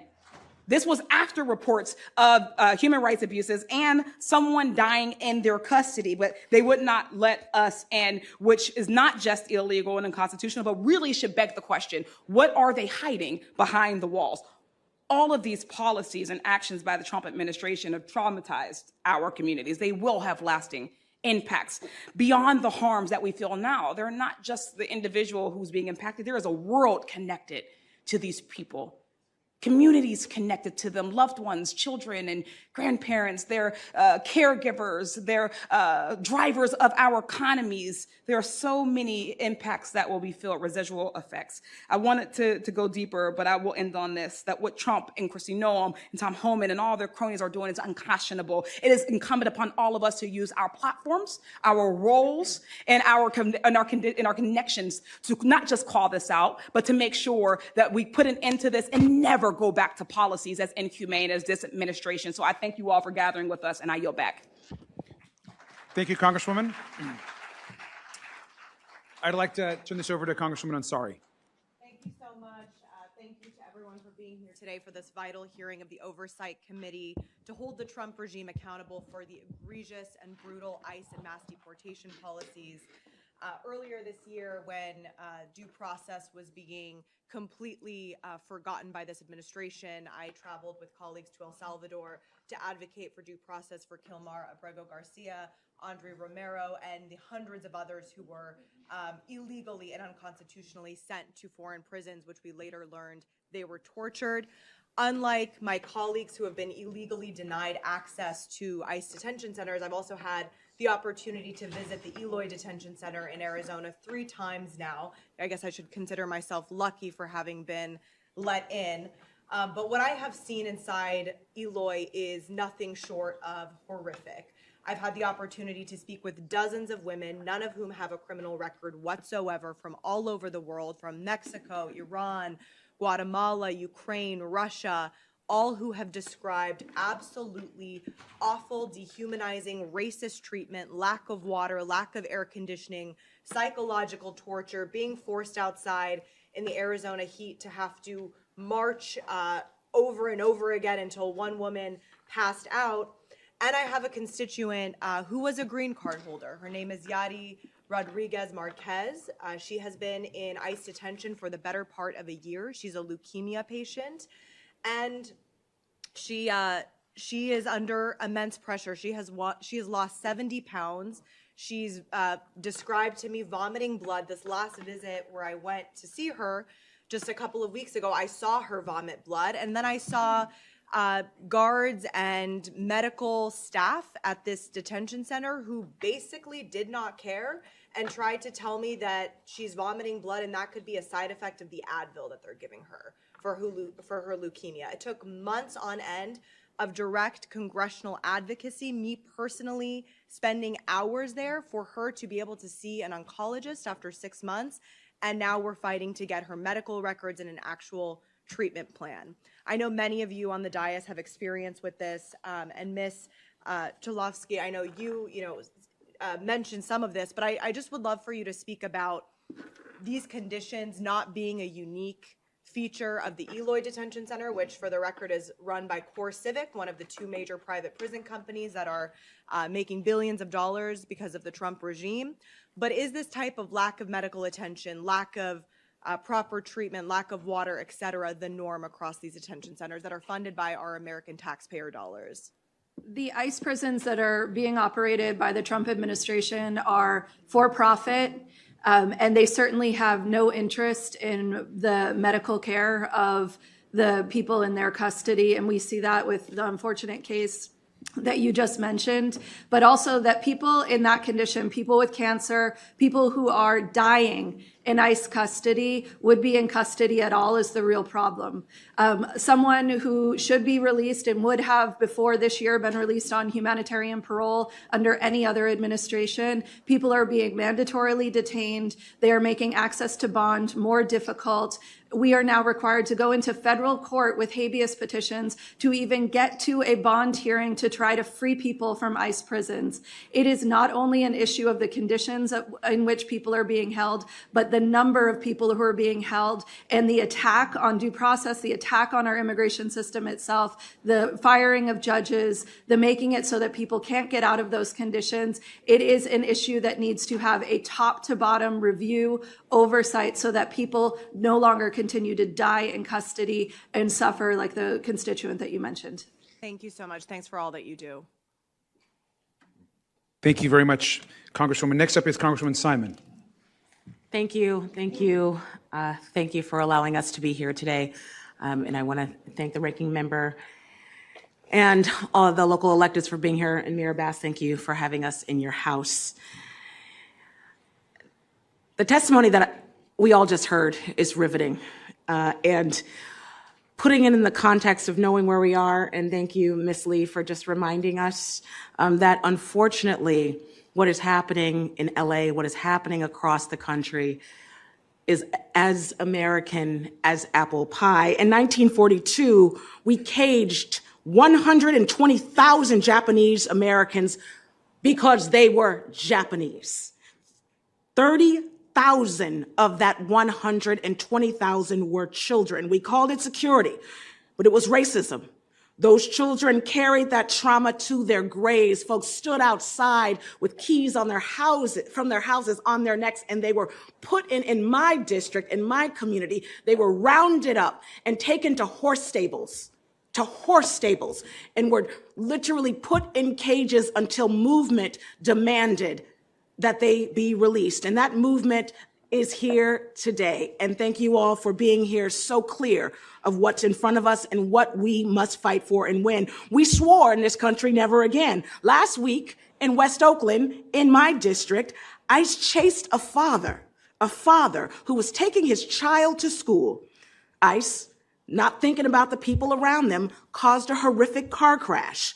They locked down the preschool. 4-year-olds were under tables. Principals and administrators were standing by doors.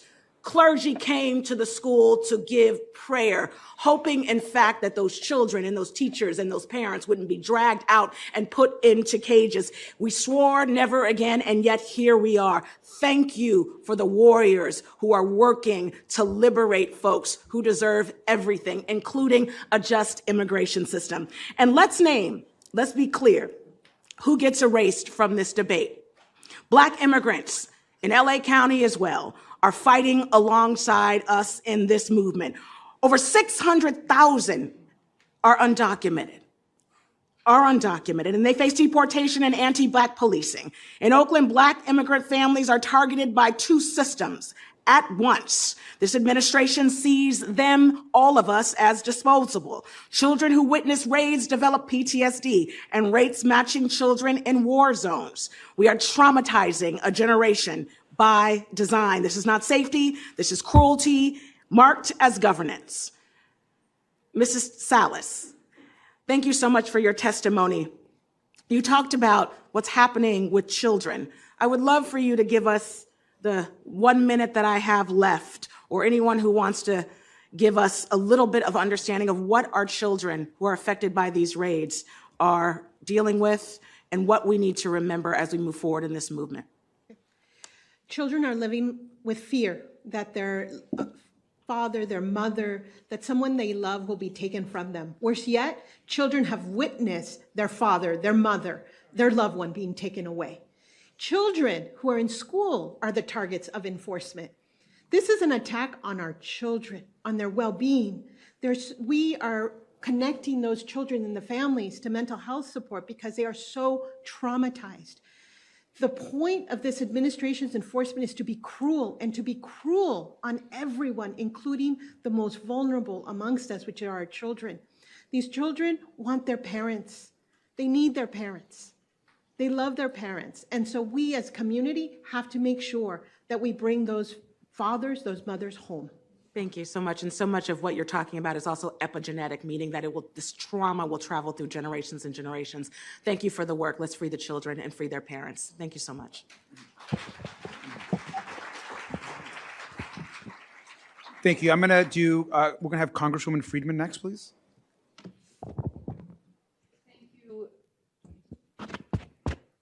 Thank you very much. I want to first thank Congressmember Chair Garcia for organizing this field hearing, for all of the local electeds who have come out, and mostly for the public that's here. Thank you for your very active participation, not just today, but on this issue for months and months now. I know that you have been out on the streets, you've been calling our offices, you have been making it known throughout the country how deeply traumatizing and unacceptable our Border Patrol and ICE's activities have been here in Los Angeles. This is why I've been helping to lead the No Mask for ICE Act, because we would never accept this kind of behavior from local police. We would never accept it even from most federal agencies. We expect our police officers to act in a way that's transparent so that the public can have accountability, so that if anybody believes that their civil rights were violated, they have some recourse to get justice. Because we expect law enforcement to be the partner of our communities, not the terrorizers of our communities, as we have seen these ICE agents masked in the way that they have been operating. So I would like to direct my questions to Ms. Velez, and I really appreciate your bravery coming forward today. You are, as you said, a U.S. citizen. Yes. Who was born in this country, attended college here, who was caught up in one of these raids and arrested for days. I'm curious, first of all, how long you were kept without a lawyer to represent you, and how long it was until you were allowed to contact your family. I wasn't able to, I was there from Tuesday to Thursday. I wasn't able to talk to my family. I thankfully met with a lawyer because they were looking for me. I couldn't access a lawyer. My family was trying the hardest to find me, and the lawyer found me.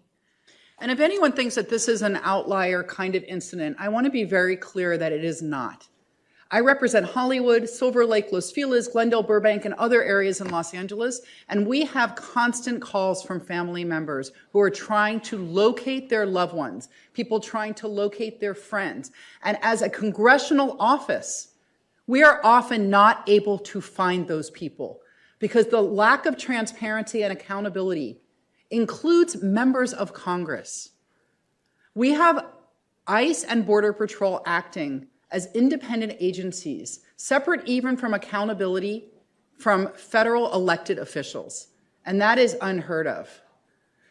We have also heard from law enforcement, and I want to be clear about this because this isn't talked about enough, from local law enforcement who behind the scenes tells us that they have to pull officers off of patrol. They have to take officers off of crimes that they are investigating because they get frequent calls from the community who think that they may have witnessed a kidnapping.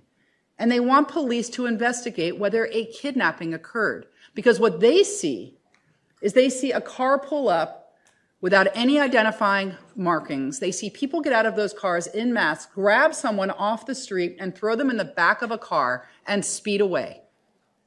And we're not used to seeing that here in America because that's not how law enforcement typically operates. So that confusion and lack of coordination with local law enforcement is causing chaos and confusion that's putting community members at risk because it's taking the police off of their ordinary duty. And it's certainly making people afraid themselves. And we've even seen at least one crime and more, I believe, around the country of people impersonating ICE officers, which is why the No Mask for ICE Act is so important. Ms. Velasquez, I'm going to ask you another question. Have you tried to identify the actual officers who arrested you, and have you had any problems finding out their names? I was only able to learn one of their names because they were talking on the phone, but I remember their faces. So when you asked for their names, what did they tell you? They said I didn't need to know their names. And to be clear, this is not how law enforcement operates. If you're being arrested by an officer, their names are readily available on their uniforms, and they'll also tell you their names so that if you need to later question them, you're able to as somebody who's been arrested or taken into custody. So the way that ICE and Border Patrol are operating is outside of what we expect from law enforcement at every level. So if you had known the names of those officers, would you be doing anything differently right now? Would you be making any attempt to get accountability or to ask any questions, you or your legal representation? Yes. And how would that make a difference, do you think, for you as a U.S. citizen trying to find justice and have accountability? And then after this answer, we'll have to move on. Thank you. Thank you. Yeah, I would just, knowing that I know their names and that they're even wearing a uniform, that would be very helpful, but they weren't. Well, I'm sorry that this happened to you. Thank you. Thank you. Next up, we have Representative Min. Congressman. Thank you, Ranking Member Garcia, for convening this very important field hearing, and I want to thank the witnesses for being here, and for all of you in the audience for being here. This hearing is long overdue. This should have happened months ago in Washington, D.C. with Kristi Noem, Tom Homan, and a whole slew of other people. But unfortunately, the Republican majority is not right now refusing to do their jobs, refusing to uphold the oath that we all take when we enter Congress to uphold, support, and defend the Constitution of the United States. This is not a Republican or Democratic issue. We've heard testimony, we've seen the videos, we've heard the eyewitness accounts around the country. People who are jumping out of unmarked vans, assaulting citizens in the street, refusing to identify themselves. This is an issue around the rule of law. Are we going to allow a secret police to operate with impunity in violation of a number of laws, in violation of use of force, or are we going to uphold the rule of law? And unfortunately, our Republican colleagues have said we're going to look the other way. So I want to thank the ranking member and the staff for putting this hearing together. Now, Donald Trump, when he campaigned last year for president, said that he was going to go after violent gang members and violent criminals. And instead, as we've been well documented, is going after people at kindergartens, at Home Depots, at courthouses, at healthcare clinics, tearing apart families. And this is heartbreaking, but it's also just horrendous. It's an abuse of power. It's a systemic problem. And we have seen an abuse of the rule of law right now that is just outrageous and so alarming. And so I want to just revisit with you, Ms. Velez. Thank you for your powerful testimony. And I know it's probably very triggering being here. I also want to point out that you and David Huerta, both United States citizens, both violently assaulted, not resisting arrest, violently assaulted and arrested and detained by ICE. And so, Ms. Velez, at the time of your arrest, were you carrying any weapons? No. Did you physically attack any agents? No. Did you threaten to attack or harm any ICE personnel, either with your words or with your actions? No. And I would just note that you don't appear to be a particularly big person, and I'm not either. How big, by comparison, were the ICE agents who apprehended you? I'm 4'11", so they were probably 6 feet. So 6 feet and you're 4'11", so obviously they were a lot bigger than you. If I was 6 feet or over, I probably wouldn't be threatened by you, particularly if you weren't coming at me. And so you were not resisting arrest, is that right? Yeah, that's correct. And yet they decided to violently arrest you. They knocked you to the ground, arrested you, refused to give you water for 24 hours, refused to check your ID, as you pointed out. Just outrageous. Did you file it? You did file a complaint against these ICE agents, right? Yes, that's correct. And you also filed a lawsuit? Yes. Now, at this point in time, has ICE been in touch, or DHS or CBP been in touch with you about any internal investigations that may be underway, or any punitive actions or any accountability measures against the ICE agents that attacked you? No. Are you aware of any criminal charges or pending litigation or prosecution against the agents that attacked you? No. So in other words, you have people that attacked you in violation of the law when you were not posing a threat. You're a U.S. citizen. This was heavily publicized to the media. This was seen by eyewitnesses, and there have been, to the best of our knowledge, including here on Oversight, zero consequences, zero accountability, zero efforts to try to hold these agents accountable. And that's been the experience of far too many people across this country. Brutal attacks, often caught on tape, no transparency, and no consequences. And unfortunately, this is something we have seen that is rampant across the United States. Now, I've written several letters with many of my colleagues signing on, the Department of Homeland Security, including 2 letters demanding answers as to who these ICE agents are, whether they've been subject to criminal background checks, what happens when complaints are filed against them, and yet we have received zero substantive responses to this. What we do know from media reporting is that many of these DHS and ICE agents have no business being in law enforcement. NBS News investigations in late October revealed that many of ICE's potential new recruits failed background checks or drug tests, didn't meet basic standards, including 32 sit-ups in 1 minute, and a number of other things. We don't know what training they undergo, but it appears to be non-existent or minimal at best. And this cannot stand. So I want to thank you for being here today. I want to thank the other witnesses. Sorry we didn't have time to get to all of you, but this is really important right now that we stand up and say that people who break the law, including Tom Homan and Kristi Noem, must be held accountable. And I hope we continue with these efforts. Thanks so much, and I yield back. Thank you, Congressman. Congressman Walkinshaw. Thank you, and I want to thank the ranking member and all of you, especially for being here with us today to bring attention to the systemic violation of rights taking place here in Los Angeles and across the country. Earlier, when the members of Congress who are here were asked to raise their hands if they are immigrants or the children of immigrants, my hand stayed down. I was born in the Commonwealth of Virginia, in the same hospital my mother was born in, just miles from the farm where my grandfather was born. My great-great-great-grandfather was born in the Commonwealth of Virginia, not far from the community that I represent now in Congress. But Donald Trump and Kristi Noem and Tom Homan and the Republicans in Congress don't understand what makes America great. America is great because Ranking Member Garcia, Congressman Gomez's mother, and every immigrant here in Los Angeles is just as American as me, with the same rights under the law and the same God-given right to pursue their dreams. And this administration's reckless campaign of fear is stealing those dreams. It's also making us less safe by sowing fear and diverting resources from real public safety priorities.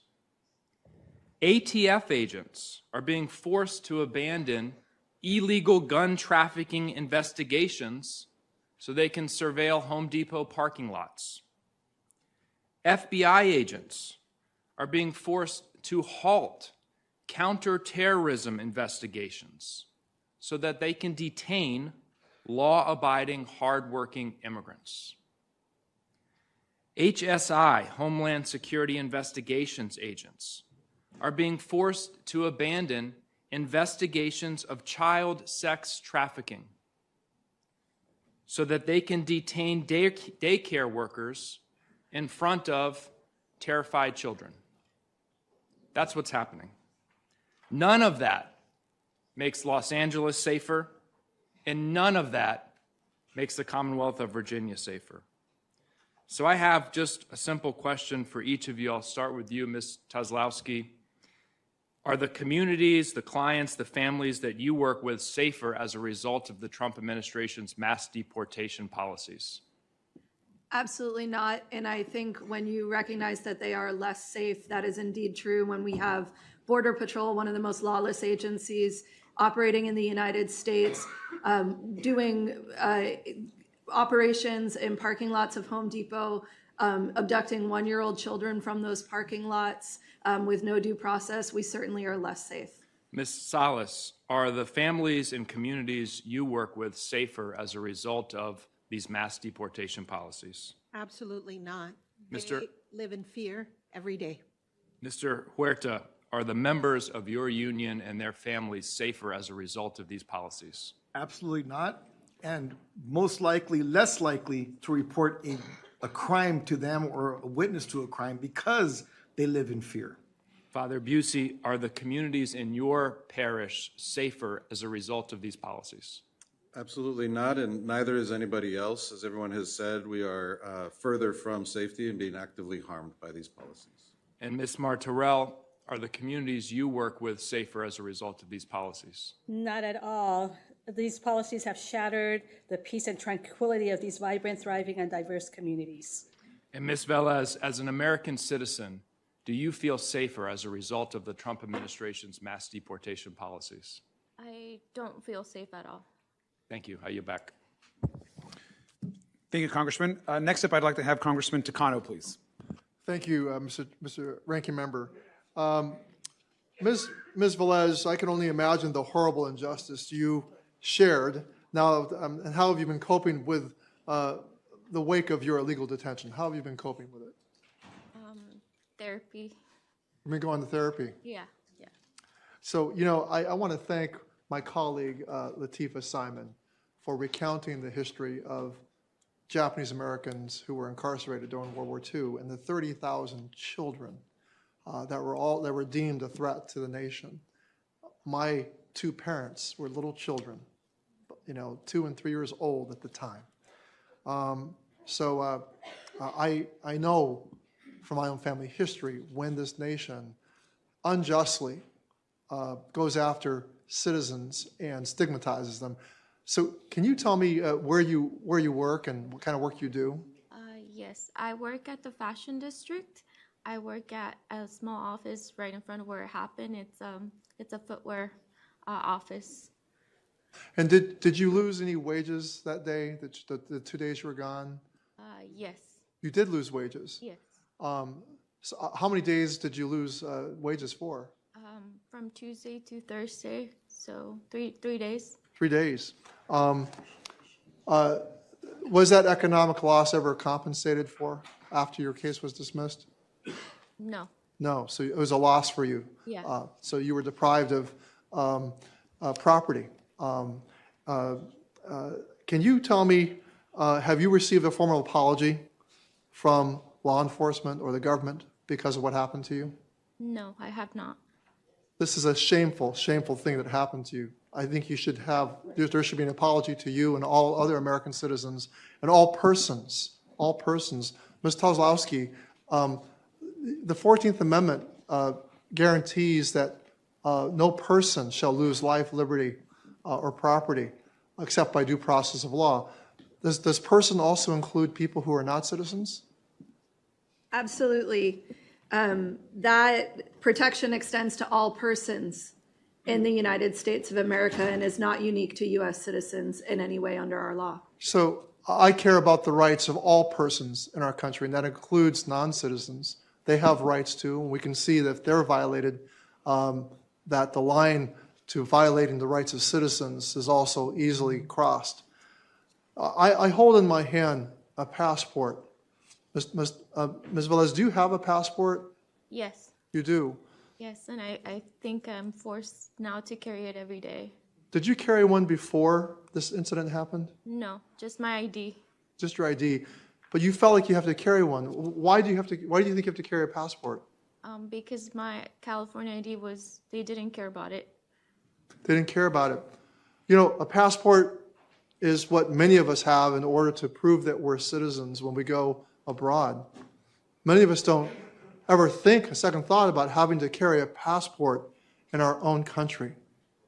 I think it is shameful that this administration makes citizens feel like they have to carry a passport in their own country.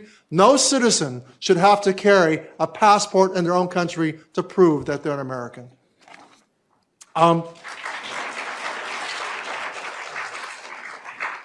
You know, on the 4th of July, one of my own constituents, Councilwoman Victoria Baca of the Moreno Valley City Council told me, she said, Congressman, I feel like I have to carry a passport in my own country.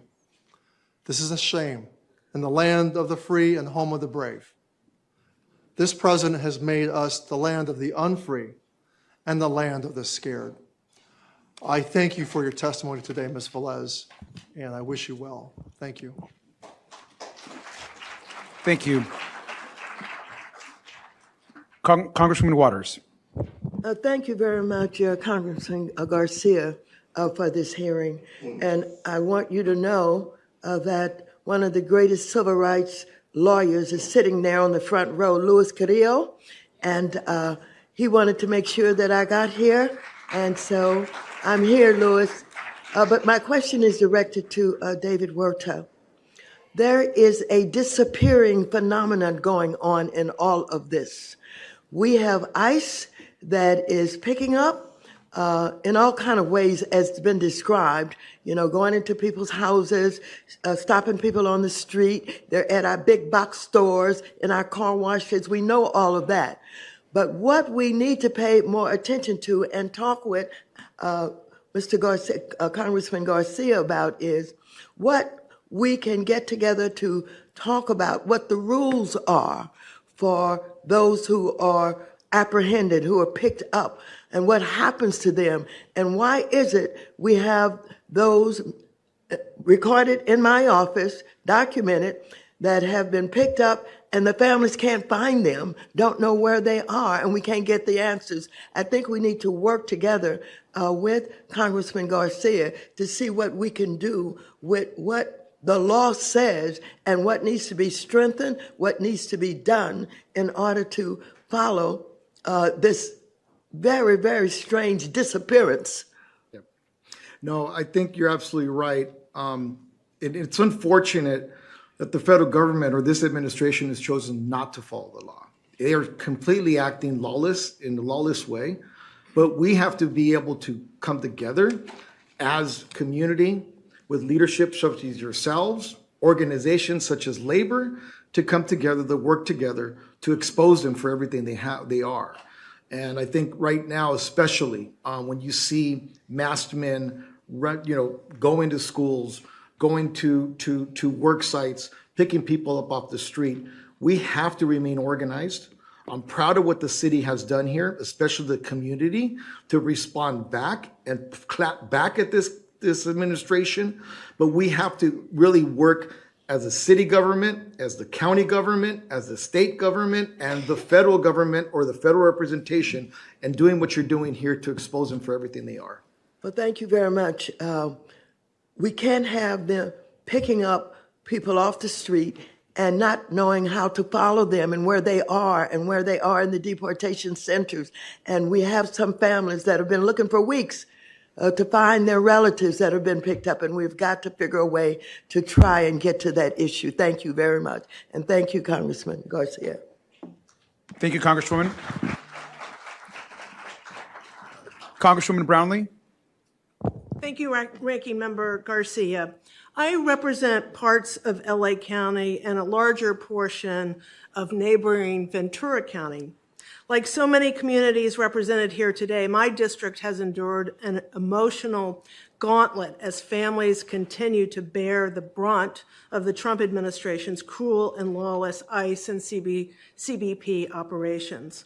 Last June, farm workers were chased by ICE agents in the fields of the Oxnard Plains. This was broadcasted nationwide and shocked our conscience. Soon after, reports surfaced of ICE agents near our schools, prompting parents, many in mixed status families, to keep their children home, fearful that no one would be there when they returned. Obviously, this is not an isolated phenomenon, and it's happening across the country. And in some of the most heartbreaking cases, children have been left without parents who were detained during the school day, leaving school staff scrambling to ensure their safety. In my district, school leaders are helping families prepare for the unthinkable, designating trusted caregivers should parents be suddenly taken. This is the level of fear these operations have created. Ms. Ellis, can you give me some concrete resources that are available to help mixed status families prepare for sudden enforcement actions, and where are the biggest gaps? First of all, we've been working very closely with the Los Angeles Unified School District to ensure that we provide Know Your Rights to families so that they can understand how to protect themselves. Number two, we passed AB 495, which is legislation to strengthen our caregiver affidavit to allow families to really plan, which is difficult, but to plan for a moment where they could be detained. And so we at CHIRLA, organizations like Public Counsel, Immigrant Defenders, Carecen, and many others are available to work with families so that they can think through who's going to care for their child, to ensure that that child is not left alone. And I say this because we work with families where we have had children who unfortunately have had a family member or a parent detained, and they find themselves without anybody to be cared for. In this way, with the caregiver affidavit, what you can do is then say a trusted family member, a trusted individual can actually take care of your child so that child is not alone. We had a member who was picked up at a bus stop on her way to pick up her children. These are the kind of things that we see every day. So I want the community to know that they have a lot of organizations that can support them. We're working very closely also with the City of Los Angeles, the Office of Immigrant Affairs, LA County Board of Supervisors, their Office of Immigrant Affairs, and trying to consolidate all of these resources so families can quickly get to them. Thank you for that. Quickly, indigenous communities, I think, have been disproportionately harmed. Language barriers, limited legal access, the absence of due process have led to expedited deportations for people who do not understand their rights and have the chance to assert them. So, Ms. Tchaikovsky, what legal protections currently exist for Indigenous and limited English proficient individuals? People are entitled, it is their human right and their right under the Constitution to have competent interpreters when dealing with government agencies and in immigration courts. Under the current administration, that is routinely violated, and that language violence is perpetrated against community members on a regular basis. We're lucky in Los Angeles to have organizations like Cielo and organizations in your district that are working hard to combat this, but it is a persistent problem. Thank you. I yield back. Thank you, Congresswoman. Next up is Congresswoman Torres. Thank you, Ranking Member Garcia, and thank you, Mayor Bass, for hosting us today and for your tireless work in helping to protect Angelenos. Our military uses CS gas for training in chemical, biological, radiological, and nuclear defense. Its use in combat is banned by international treaties, yet this was the chemical weapon that ICE agents used on Representative Jimmy Gomez and me on June 6th. We were at the Central Detention Center seeking a briefing on the violent interactions ICE agents had the night before in Los Angeles. When they were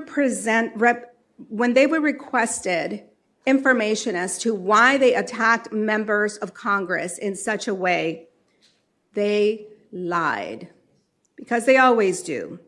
Oversight visits have been denied time and time and time again. Now our offices must provide a 7-day notice to DHS headquarters, and they have to approve each visit, and they have to approve our visits to our constituents that are being detained directly by the headquarters in Washington, D.C. They have completely politicized immigration, detention, the rule of law. A few weeks ago, a U.S. citizen was shot in the back by ICE officers in my district. Carlos saw ICE right near a school bus stop in his community and approached to ask them to be careful as the children would begin to gather to get on the bus. ICE refused to tell me anything when I called because ICE response to my constituent was to shoot him in the back. ICE has forced the local law enforcement to refuse to provide the 911 calls that were made, multiple 911 calls that were made by my constituent, by his wife, trying to get an ambulance to the scene as he was bleeding profusely from the shoulder. ICE continues to violate local, state, and federal laws. Ms. Kozlowski, can you tell me, is it lawful for California's Freedom of Information laws and the California Public Records Act to be trumpeted to accommodate federal agents violating civil rights in our communities? Certainly not. And I think one of the biggest issues that we have right now is accountability for the actions of Border Patrol, ICE agents, and agents from, frankly, almost every investigative arm of the federal government. We've seen arrests happening by U.S. Postal Service inspectors, by the FBI, by the DEA. The chaos that we see in immigration enforcement right now is by design, and it's by design so that people like Ms. Velez, like your constituent who was shot, like many other U.S. citizens and undocumented persons in the United States cannot find accountability. Every Friday we visit Adelanto, and our constituents there are telling us that they are the ones that are treating detainees inside several times before that detainee is able to get medical treatment. as was the case with Ismael. For 3 hours, detainees responded to his urgent call for help before any medical staff was able to help him. And by that time, it was too late. He died a few hours later. Thank you, Chairman, and I yield back. Thank you, Congresswoman. Congresswoman Barragan. Thank you, Ranking Member Garcia, for holding this very critical hearing on the destructive and unlawful immigration enforcement abuses of the Trump administration here in Los Angeles County and across the country. My district is a majority Latino district, heavily impacted by these raids, by these horrors that are terrorizing our community. My district includes the Harbor area, parts of Long Beach, cities in South Los Angeles like Southgate that have also been targeted. The incident that happened in Long Beach occurred in my district, and it was really so outrageous how they chased this gardener into a restaurant, and it startled everybody, including Long Beach police officers who were eating at the restaurant, didn't know what was happening, and one drew their weapon. So we know this is becoming very dangerous because of the way they're doing this, and of course the lack of having a mask, the lack of identification is making us all less safe. Many times I hear from my Republican colleagues, well, if you're a U.S. citizen, you have nothing to be worried about. And that's why it is so important to hear the testimony today of Miss Andrea Velez. Thank you so much for sharing your story, for your willingness to say something in a time where, people would rather not share their stories. But this is why it's so important. And of course, the story of Miramar Martinez in Chicago, who was shot. And it was only because of video cam footage that the federal enforcement was caught in a lie and that those charges had to be destroyed. It makes you wonder how many other stories there are of misrepresentation and lies by enforcement, which is causing a lot of mistrust. But Father Busia, I want to turn to you because my Republican colleagues very much tell me that they are people of God, people of the church. And it's hard for me to listen to that and say, well, where are you when it's about standing up for immigrants, for innocent people, for Americans, and this conduct? Can you shed some light on maybe what we can share with them or how you think we can convince them that this is something they should speak up for in light of their faith?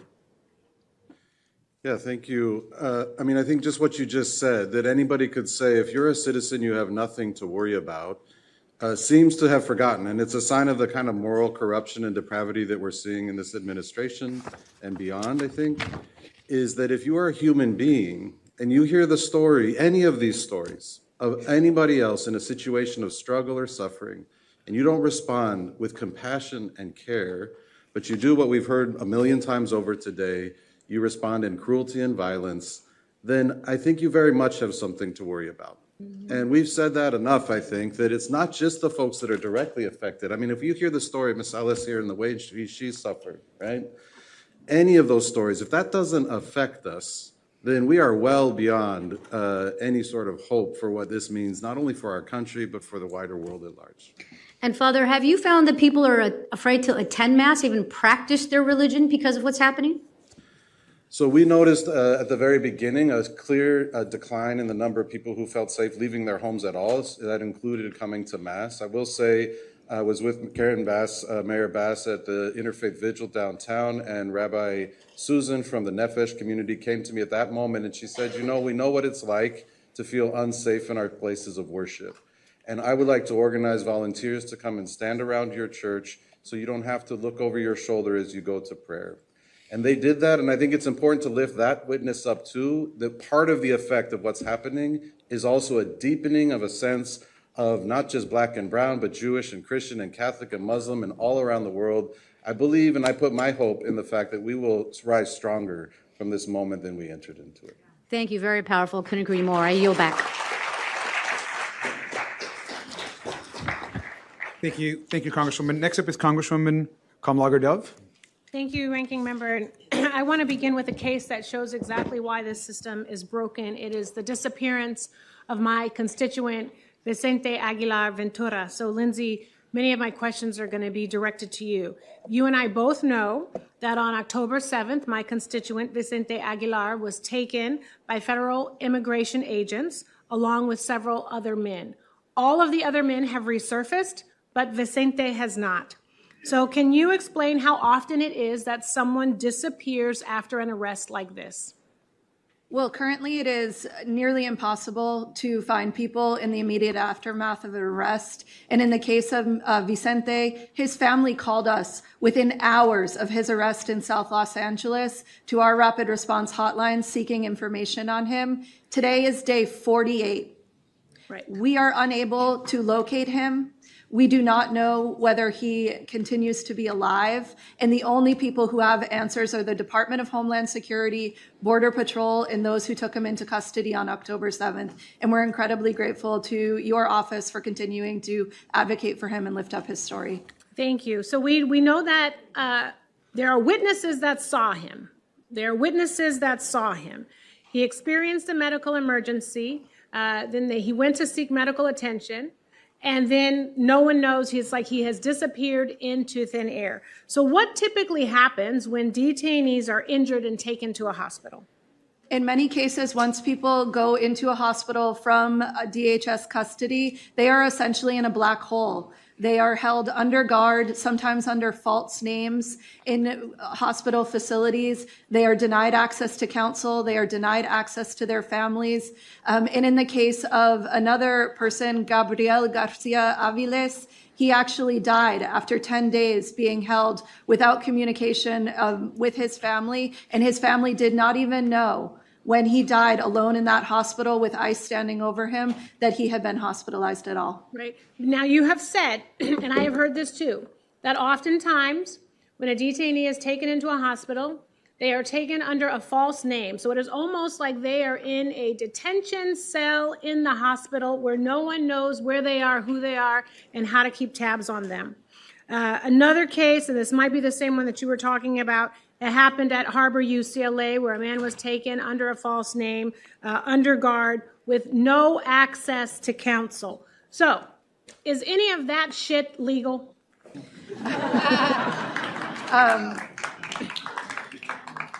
No, absolutely not. It is not legal. And actually, that is another case. That isn't even the case of Gabriel that I referenced. And in that case, the person was held for 29 days until a federal judge said, this is not legal. Free him now with no conditions. Because holding people without a warrant, without any sort of authority violates our Constitution. The right to liberty is one of the most fundamental rights we have. And so we are seeing that blatantly violated in so many cases. And do we have any data on how many of our community members, friends, family members, loved ones have been disappeared under this government?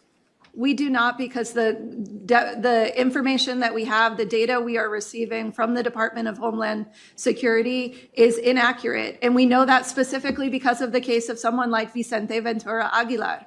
Where is he now? They claim that he was never in their custody, but they have his photo, they have his name. They could use their biometrics data to find him and tell us where he is, but they refuse to do so. How many other Vicentes are there? How many other people are missing? It's the lack of due process that leads to the chaos that results in people going missing like Vicente, and we demand answers for his case. Absolutely. Thank you, Lindsay. They are lying. They are lying, and they need to be held accountable. And I'm sharing this story because Vicente's family is listening, and Vicente's family needs to know that we're going to do all we can to find him, because they deserve answers. They deserve to know where Vicente is, and this administration and Kristi Noem and all of the thugs that are doing this under this terroristic government need to be held accountable. And with that, I yield back.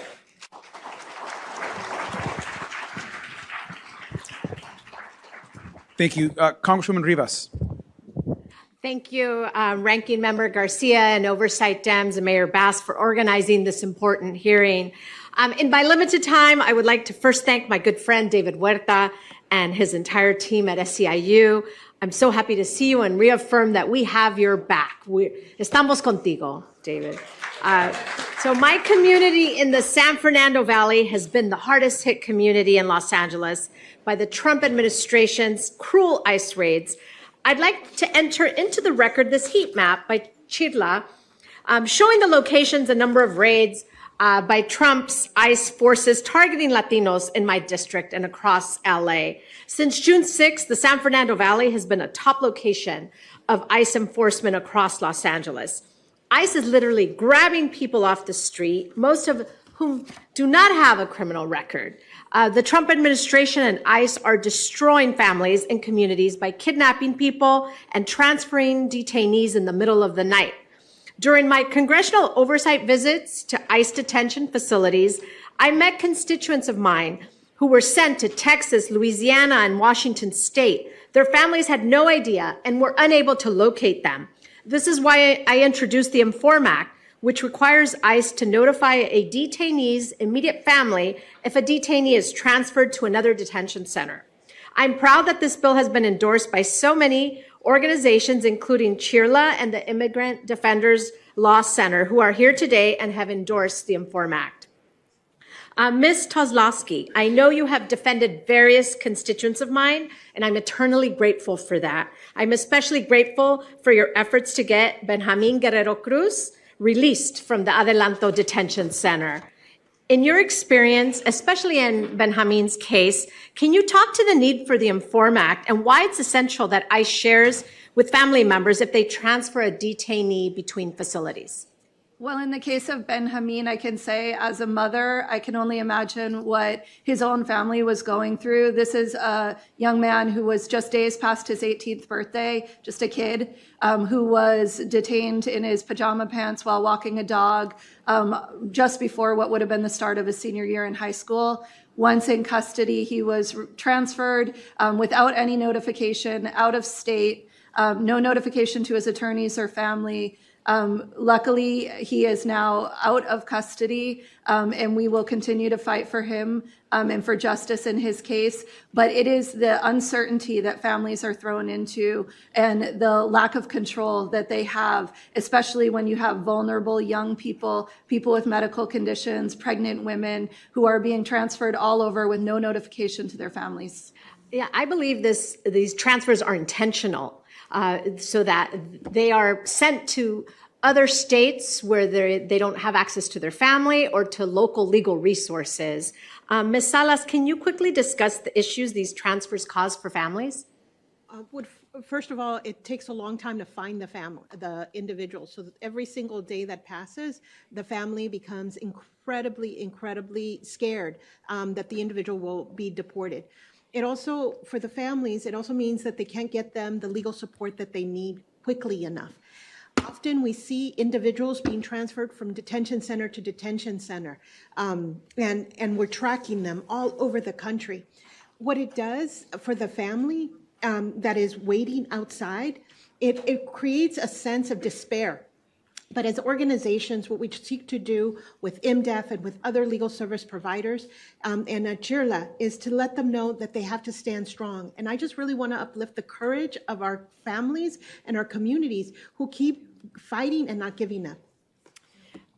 It's not right, and I refuse to sit back and allow this to happen. Thank you to all for joining us today, and I yield back. Thank you, Congresswoman. I want to thank all of our panelists for joining us today and for your testimony. We're going to transition now to our third panel, our final panel of the day. It is community testimony, which we're going to hear. So we have 20 members of the community. We're doing 2-minute testimony from each one that we're going to collect for the public record and the congressional record, which is really important. But I want everyone out there to also know, as we transition into this next panel, is that the Oversight Committee is committed to this work. We're in it long term. We're going to be talking to communities across the country and continue the conversation in partnership with Mayor Bass here and the Los Angeles delegation to ensure that we collect as much information as possible.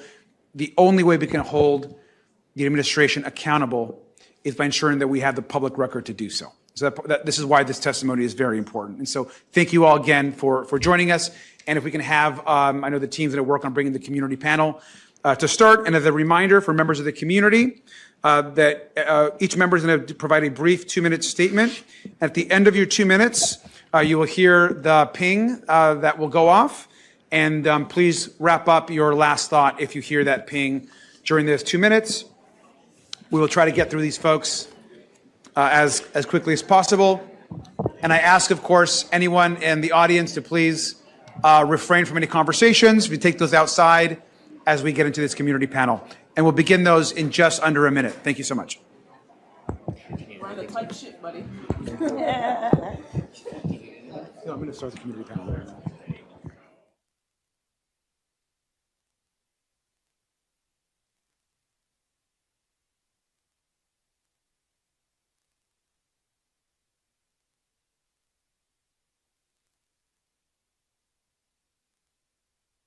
Mike.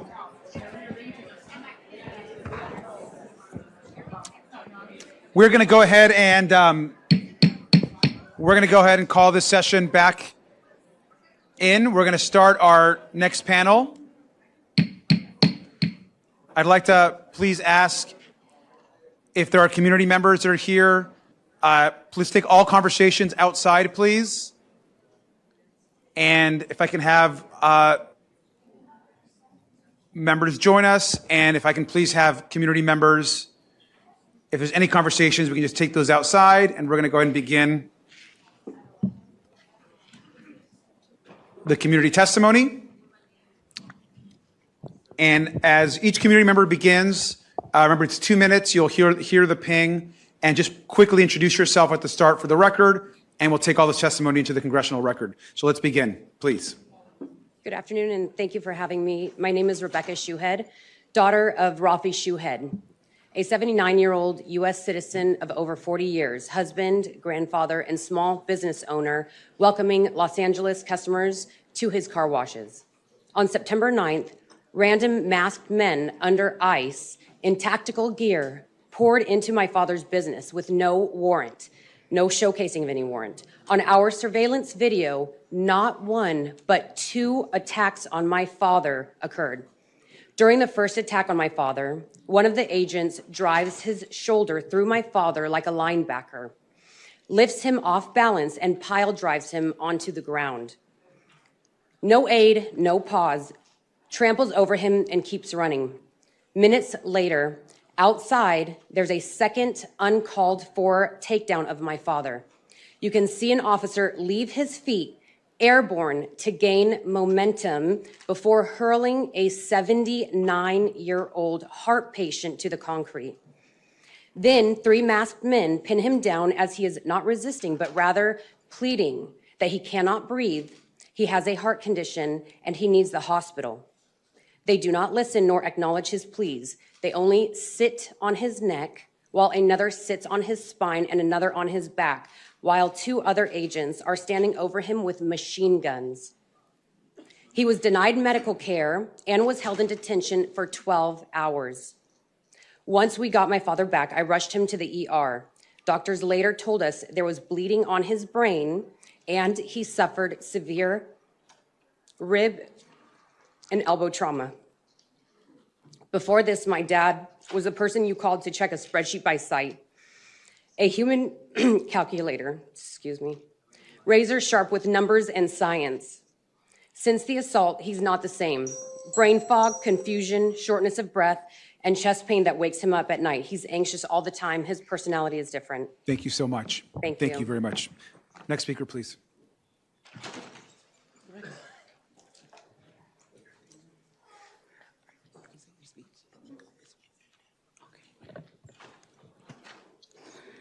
Hola, muy buenas tardes. Mi nombre es Juan Cristóbal. Soy un jornalero.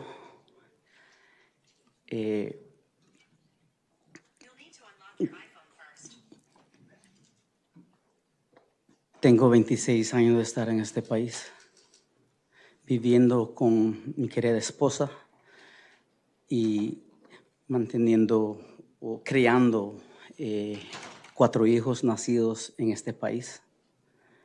He ido a un Home Depot de North Hollywood buscando trabajo. honradamente ando buscando un trabajo. El 30 de junio, ahí donde cambió completamente mi vida. Señora, también los dos, por favor. Los dos micrófonos, sí, pueden ser, gracias. El 30 de junio, June 30th, completamente cambió mi vida. my life took a shocking. 5 personas y yo 5 people fuimos and the other arrestados. day were arrested. Ellos llegaron By mass, they came. encapuchados o By mask. enmascarados y no sé quiénes And eran ellos. we weren't sure who they were. No llegaron con una orden judicial. And they didn't, they stormed in without Llegaron a judicial warrant. agresivamente. They came in aggressively A la forma que llegaron a in the agarrarnos. form that they came to grab us. Ese día That day, es lo que pasó. what Después happened, and after, me detuvieron y me they llevaron detained me en adelanto and they took me to Adelanto en una cárcel in a jail, donde no parecía cárcel. in a prison that did not look like a prison. No, no parecía un refugio, perdón. It didn't Parecía look like una a cárcel. refugee, it looked like a prison Porque la forma because the que nos trataron way they were treating us cuando llegamos, when we arrived, los oficiales que nos recibieron, okay, and the law Todos- enforcement that received us, todos decían que éramos they criminales. said that they were criminals, Nosotros no somos and criminales. we are not criminals. Nosotros somos personas We are que trabajamos, people that work, que luchamos por nuestra familia. and we do para what we salir can adelante. for our family to go forward. No quisiera recordar lo que I pasé, wouldn't want to remember what I went porque through son 3 meses y medio because it was que 3 pasé. months and a half that I had to go through it. A la forma que nos And tratan, the way that we are treated, nos tratan como perros, they treat us like como dogs, animales, like animals. nos tiran al piso. They throw us in the ground.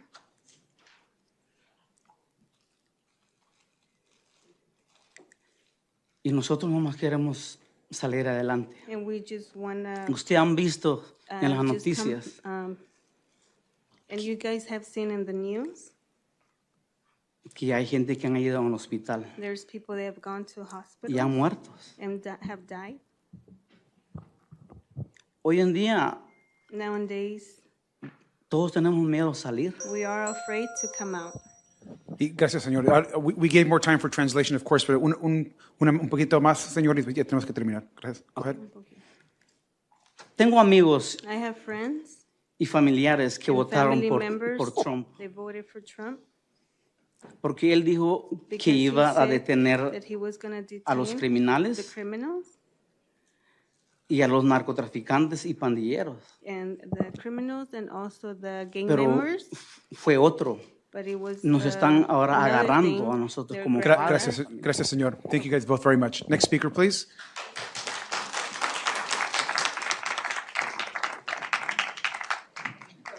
Hi, good morning, and thank you for the opportunity to speak before you today. My name is Kenia Fernandez, and I am here on behalf of my family, especially my father, to share the profound and painful impact that mass immigration raids and aggressive deportation tactics have had on us and countless families in our community. I come from a mixed status household. Both of my parents hold valid work authorization cards and protections from deportations under a pending U visa case. My siblings are all natural-born U.S. citizens. My father has always been the cornerstone of our home, the person who holds everything together. For 24 years, he has lived, worked, and contributed to this country. He came here seeking safety, opportunity, and the chance to build a better life for the family he would raise. That life was torn apart on July 6, 2025 at 8:30 in the morning. My father had just arrived at the place where he sells food as a street vendor when he was approached by 2 heavily armed masked men in unmarked vehicles. They asked him, "Where are you from?" and demanded his identification. He showed him his valid work permit and driver's license, but one of the men dismissed it, saying it didn't mean anything. They handcuffed him, threatened to tase him if he ran, and took a selfie in front of the vehicle before placing him in it. I received a panic call from my mother asking if I knew where he was. Minutes later, I received an unregistered call. It was my father. With a trembling voice, he said, "Me agarraron, mija. Lo siento. Dile a tu madre que la amo. They took me, sweetheart. I'm sorry. Tell your mother I love her." In that moment, my world shattered. My father was detained for 5 days at the downtown Los Angeles Processing Center. He described being held in a freezing, cramped room with 20 to 25 others, none of who had anything beyond the clothes on their back. They huddled together for warmth under constant fluorescent lights, unable to tell day from night, unsure whether they would see their families again. On the 5th day at 6:30 a.m., he was transferred to Adelanto ICE Detention Facility. He didn't receive clean clothes until day 7. Inside the facility, he was reduced to a number, stripped of his humanity, and placed on a rigid schedule that dictated every moment of his day. Detainees were shackled head to toe anytime they left their unit. My father is diabetic, yet he never received medical care, not once despite repeated requests. Please finish your last sentence. He spent 104 days, 2,496 hours in detention. It's time that he will never get back. I come before you today to ask you for comprehensive reform and let my father's story be a reminder that these are not abstract policies. They affect real people, real families, and real children. Thank you so much. Next speaker, please.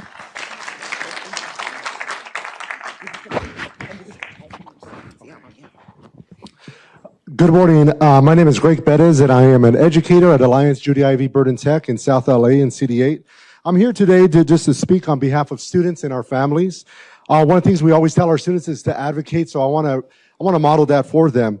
What we are witnessing is more than enforcement. It's an erosion of safety, opportunity, and dignity for the very young people we're supposed to uplift and protect. Earlier this school year, one of our students arrived around 7:30 in the morning. He was really shaken up. He had saw an operation. He assumed it was ICE at a bus stop, so he came in. He was nervous. But this is the type of hypervigilance that our students deal with every day. His fear was that if they saw him, it was going to put his family in danger. He started talking to us as school officials, just saying, you know, maybe I need to drop out. Maybe I need to work so my dad doesn't have to go to work so I can support our family. Our students are not thinking about education. Many of them are thinking about survival. And this is unhealthy. We're seeing seniors that are eligible for top universities not wanting to apply because they're afraid of disclosing information and the uncertainty what's happening. We're also seeing parents leave graduations or not attend graduations because we cannot guarantee safety.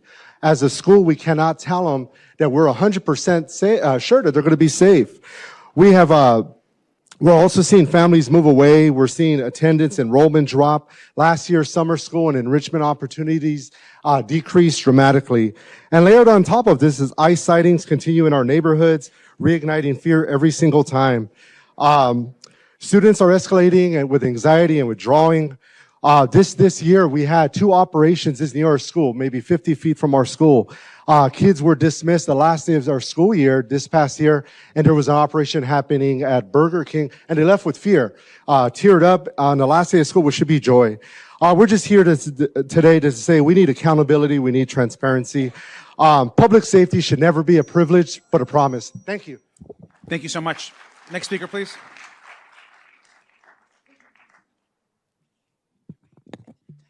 My name is Bill Fujioka. Thank you for this opportunity. Special thanks to Representative Simon.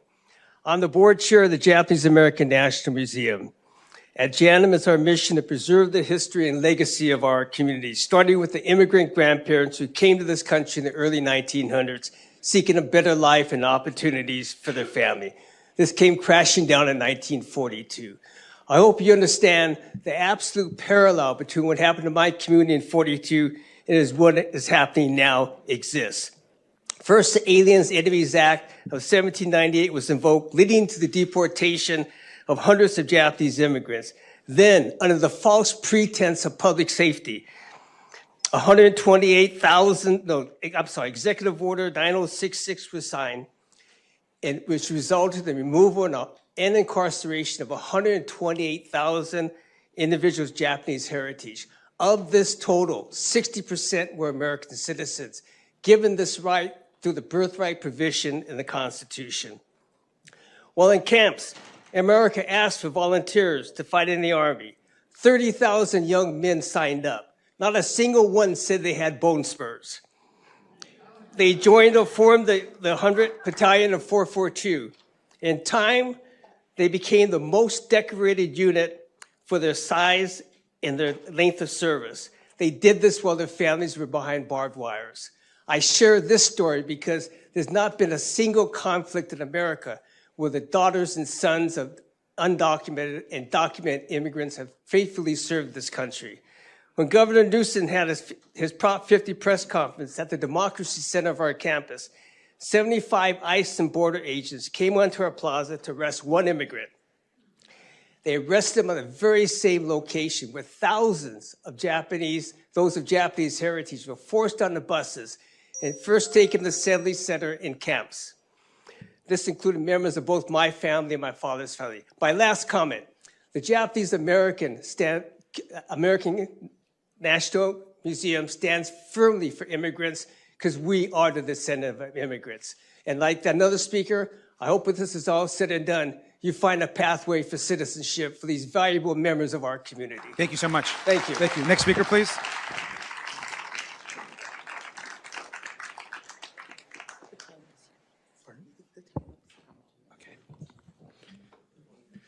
I'm Father Joey Evangelista of the Missionaries of Jesus and Associate Pastor of the twin parishes of Precious Blood and St. Kevin in the Koreatown area of the Archdiocese of Los Angeles.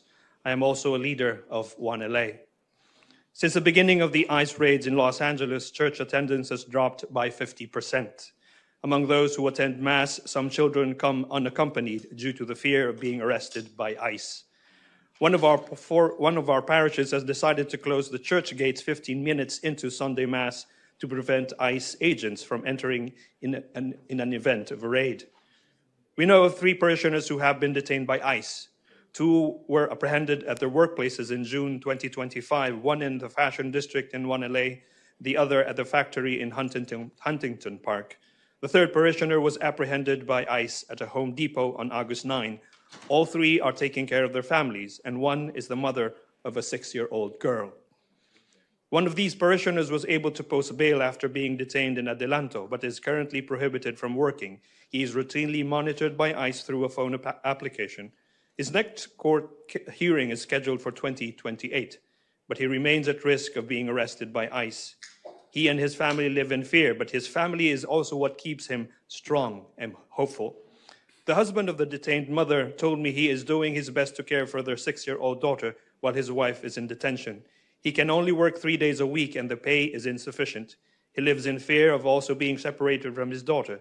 He mentioned that his wife fell ill when in detention but was not given proper medical attention, which is why her court hearing was moved to a later date. She was too ill to attend. In both parishes, 2 parishioners have opted to self-deport due to fear of being violently apprehended by ICE agents. I too live in fear because I am a foreigner on an R1 visa for religious workers. After this hearing, I could also be targeted by ICE. If ICE is arresting American citizens, what assurance do I have? But I am speaking out because violently arresting and detaining honest working people is violating their fundamental dignity as human beings. This is not just, this is not right, and this must stop. Thank you so much. Next speaker, please.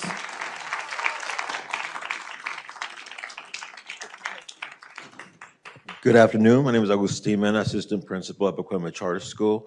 I'm the youngest of 9 and the youngest teacher of 6.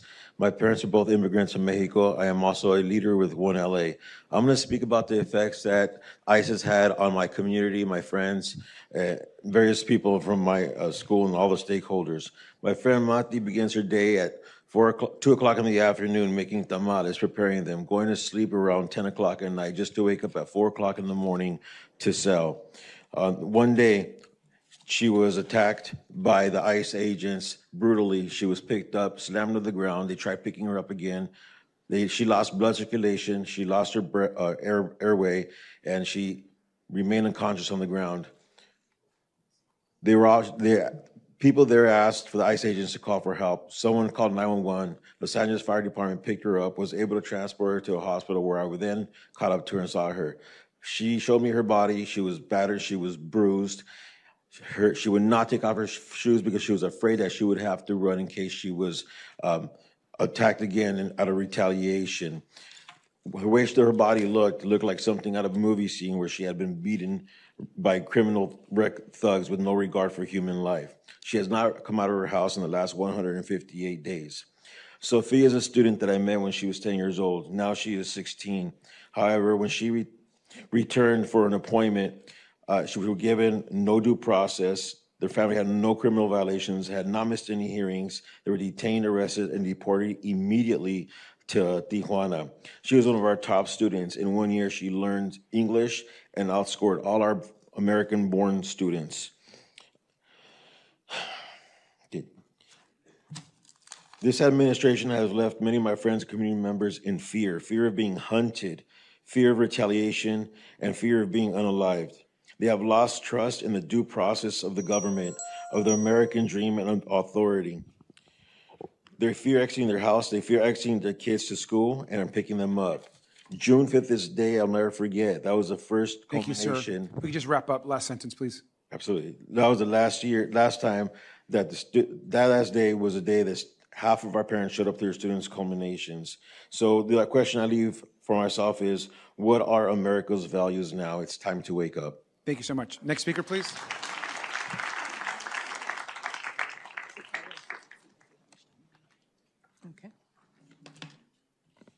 Hello, thank you everyone for having us here today. My name is Hortensia Ramirez. I'm a leader with 1LA and a parishioner at San Gabriel Mission.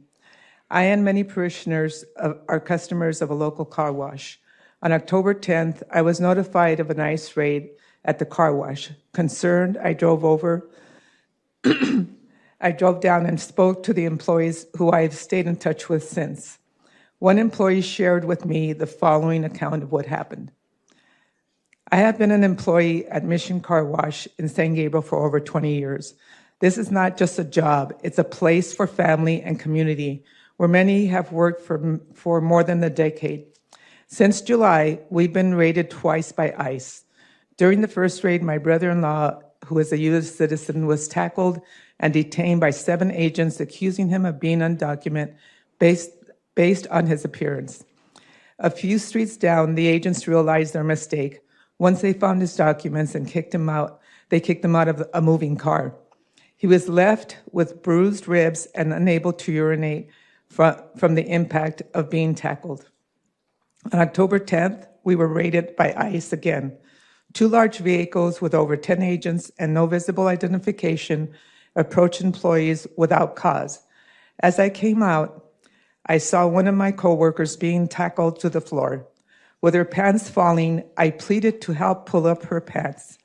I was able to, but the agents then pushed her into the vehicle. 8 of my coworkers were detained. For the second time, they took my brother-in-law. Of the 7, 4 had work permits, including a couple from Nicaragua who fled persecution with their children.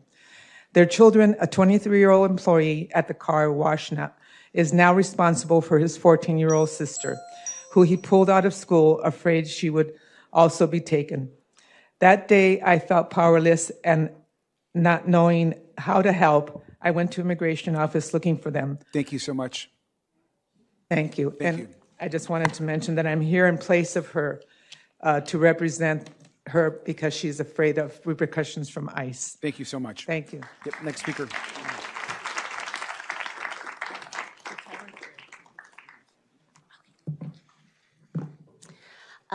Thank you. My name is Aquilina Soriano Versosa, and I'm the Executive Director of the Filipino Workers Center and Board Chair of the National Domestic Workers Alliance. And I speak today to share how immigration enforcement raids have deeply affected Filipino and Asian American, Native, Hawaiian, Pacific Islander communities across LA and the country. Asian Americans in Los Angeles, including many Filipinos, often work multiple jobs or regular shifts to support their families. We are a part of the Rapid Response Network, and there's been a Filipino who was knocked unconscious during a raid who was working in a restaurant. We have a Filipina caregiver who was detained on her way to work. And the daughter of a caregiver who lives in Arizona who reached out to the police for help in a domestic violence instance where she was being attacked by her husband. And instead of the police helping her, they turned her over to immigration condition is she's still in a detention center today. Additionally, PwC has documented that over 170 valid visa-holding Filipino seafarers who work on cruise ships have been deported this year. These housekeeping attendants, galley attendants who work on Carnival, Royal Cruise Caribbean, and other cruise ships have been taken off of the ship by CBP when they come into dock. They're being accused of a crime, but with no evidence, no charges, no convictions, no ability to connect to legal counsel, are having their visas revoked and are being deported back to the Philippines. Then they're subject to a 10-year bar, and they cannot work on the cruise ships anymore, and their financial lives are devastated. Their families are devastated. They're brought off the ships or in the airports in handcuffs and chains. Most of them have gone through, all of them have gone through a lot of background checks. And this is happening in Virginia, Florida, Texas, Minnesota, Michigan, and we have found now recent reports of here in San Pedro, where one was turned over and was held in Adelanto. Thank you so much. Thank you. Next speaker, please. And as we continue, just as a reminder, when you hear that ping, just please conclude your last sentence or thought. Thank you so much. Yes. Next speaker. Good afternoon. My name is Flor Melendres, Executive Director of the Clean Car Wash Worker Center. And I speak with you today with a heavy heart for both the car wash workers we serve and the community as a whole. Every day, hundreds of our neighbors show up at car washes in our communities. Many of them have made this work their life. And through Clean, we have helped secure payback, educated them about their rights, and built a movement of proud car wash workers fighting for justice. But this year, many car washers' lives have turned upside down. Since June, more than 100 car washes across Los Angeles and Orange County have been hit by aggressive enforcement operations. In the midst of their shifts, while wiping windshields, vacuuming interiors, dozens upon dozens of workers have been forcibly detained by immigration agents, or so they're called. More than 340 car wash workers have disappeared from our communities. When we look into worker sites, we see fear. Fear not only for being stopped, but also for being snatched away from their families without warning. We hear their voices trembling, asking, will they come back for me next? And we feel their pain as they leave behind trembling children, empty houses, and futures put on hold. These are our fathers, our brothers, our uncles. These are our friends, our coworkers, our neighbors. They contribute to our local economy. They pay taxes. They care for their families, yet in the name of enforcement, their dignity is being stripped away. And the damage isn't just personal, it's communal. When workers are gone, car washes close, operate at half capacity, customers stay away, business slow, the ripple effect touches all of us. Yet, despite the pain, we also see incredible hope, the hope that they bring at every membership meeting or training at Clean, the hope that keeps growing through the community support, through the community rapid responders and watch patrols. Today, we ask to do more than listen. We ask you to act. We ask that you strengthen protections for workers, especially their right to due process, fair treatment, and freedom from their workplace. Car wash workers, day laborers, and our street vendors, all workers deserve the right to work without fear. Todos merecemos derecho de salir a trabajar sin el miedo de separarnos de nuestras familias. Thank you so much. Next speaker, please. Okay. Thank you for the hearing today. My name is June Hibino, and I represent Nikkei Progressives, a grassroots all-volunteer organization based in Little Tokyo. We are made up of young people, parents, families, and seniors. One of our core beliefs is that all people have the human right to be safe from violence and to escape poverty by working hard to provide for themselves and their families.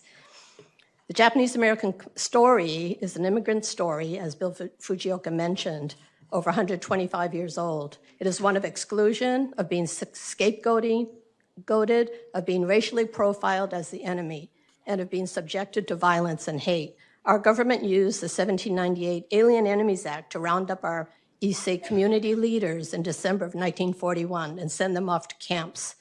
Trump invoked the same Alien Enemies Act to send Venezuelan men to a mega prison in El Salvador. Nikkei Progressives organized a Little Tokyo press conference opposing the Alien Enemies Act, and we support the Friends Not Enemies legislation that was reintroduced this year. What is happening today to our immigrant communities is hauntingly reminiscent of 1941 and 1942, and the images of families being torn apart and the construction of new detention facilities for mass incarceration painfully resonates for many in my community. In Little Tokyo, businesses were not able to open because the workers were afraid to come to work. Little Tokyo residents and community members have been afraid to go shopping or run errands for fear of being picked up by ICE. The groups giving testimony today are defending the immigrant community in Los Angeles and Nikkei Progressives as part of this network of defense and resistance. We started the Little Tokyo Rapid Response Network under Cheerler's leadership, and we hold Know Your Rights workshops for the workers and residents of Little Tokyo. We're part of the Shutdown Adelanto Coalition, and we are helping organize visits to people who are detained there. And we also accompany members of the Southeast Asian community to their ICE check-ins. Many of these folks came here as child refugees after the U.S. bombed and destabilized their countries, and they face many challenges. Thank you so much. Thank you. Yeah, next speaker, please.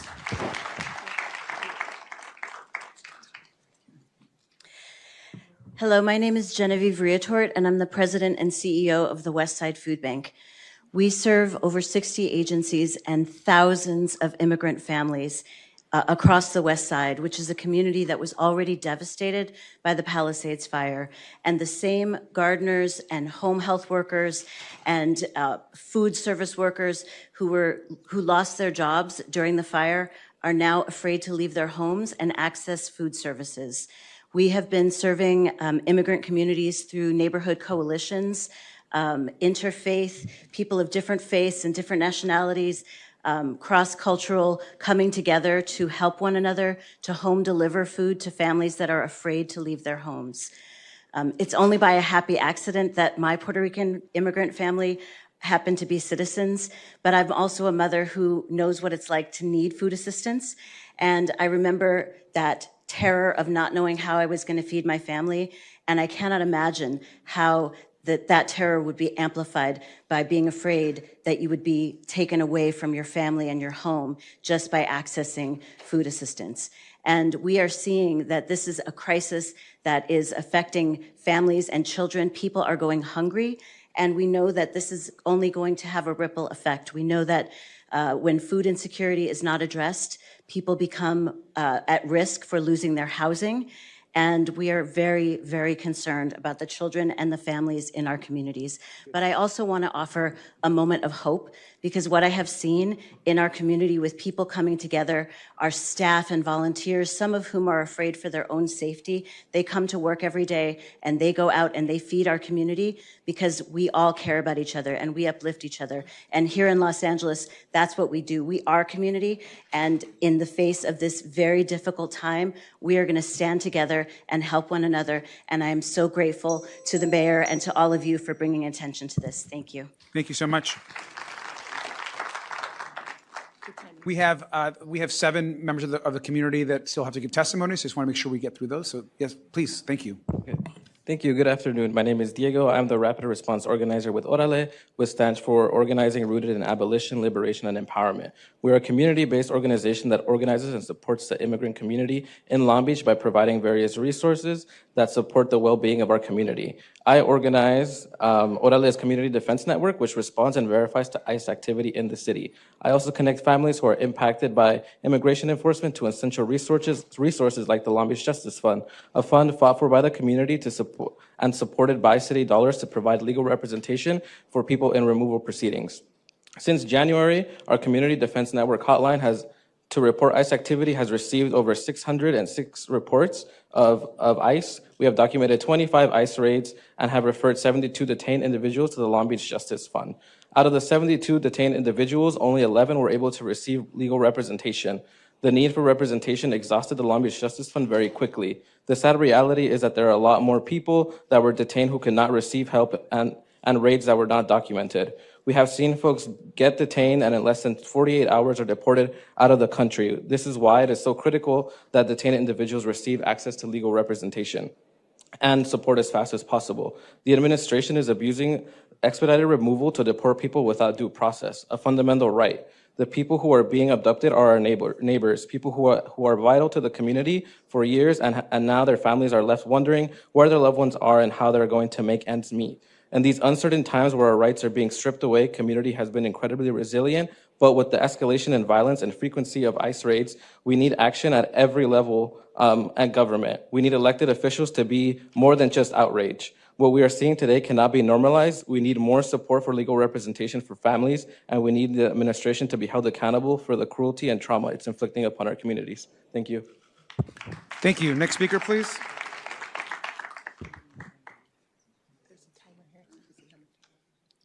Good afternoon, and thank you for having me here. My name is Jose Esqueda. I am the director of the Youth and Family Programs for ADAP in South Los Angeles. We are a nonprofit organization providing services to the underserved for over 52 years. My story is about providing services to our constituents. We serve about 400 youth in our agency. This summer, programming was cut short by all these ICE raids. We had less than 50, in some parks we had 60% of our normal people not attending because of this ICE raids. We know that people are scared, they're not going to school, they're not going to work, they're not selling the tamales in the corner, they're not selling their tacos at every corner in South LA, and we know this is fearful. I'm afraid of going to work every day, but it is my job to provide services and continue to provide much needed help and services to all of our constituents in South LA. We have to go back and revert back to what during COVID days, we have to deliver food now, provide services on Google Zoom. We have to go to the home and encourage our kids to continue to go to school and not miss their education. But it's a tough decision for our families not to risk getting deported. We understand their fear, we understand their frustration, and if we don't put a stop to it, they will lose their homes, they will go hungry, and our economy will collapse. We need to put a stop to it. And for the record, I just want to say that, we're not criminals, we're not illegals, and we're definitely not aliens. Thank you. Thank you very much. Next speaker, please.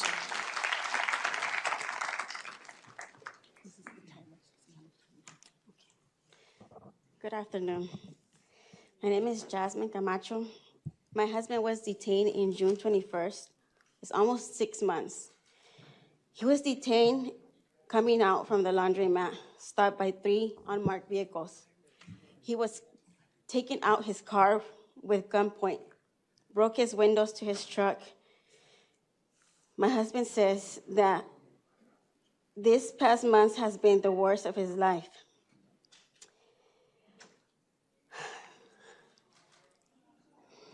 I'm sorry.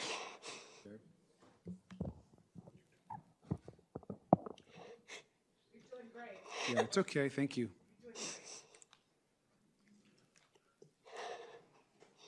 My husband was taken to the ICE in San Bernardino on 2nd Street.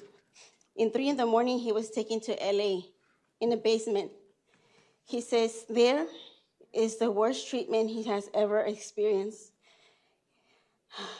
After that, he was there for a whole week. Now he's in another state. I haven't seen him since June 21st. My kids cry going to sleep, asking for his father.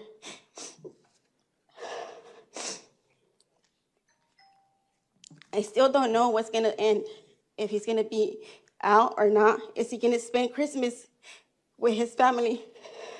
I just want to let everybody know that we're here.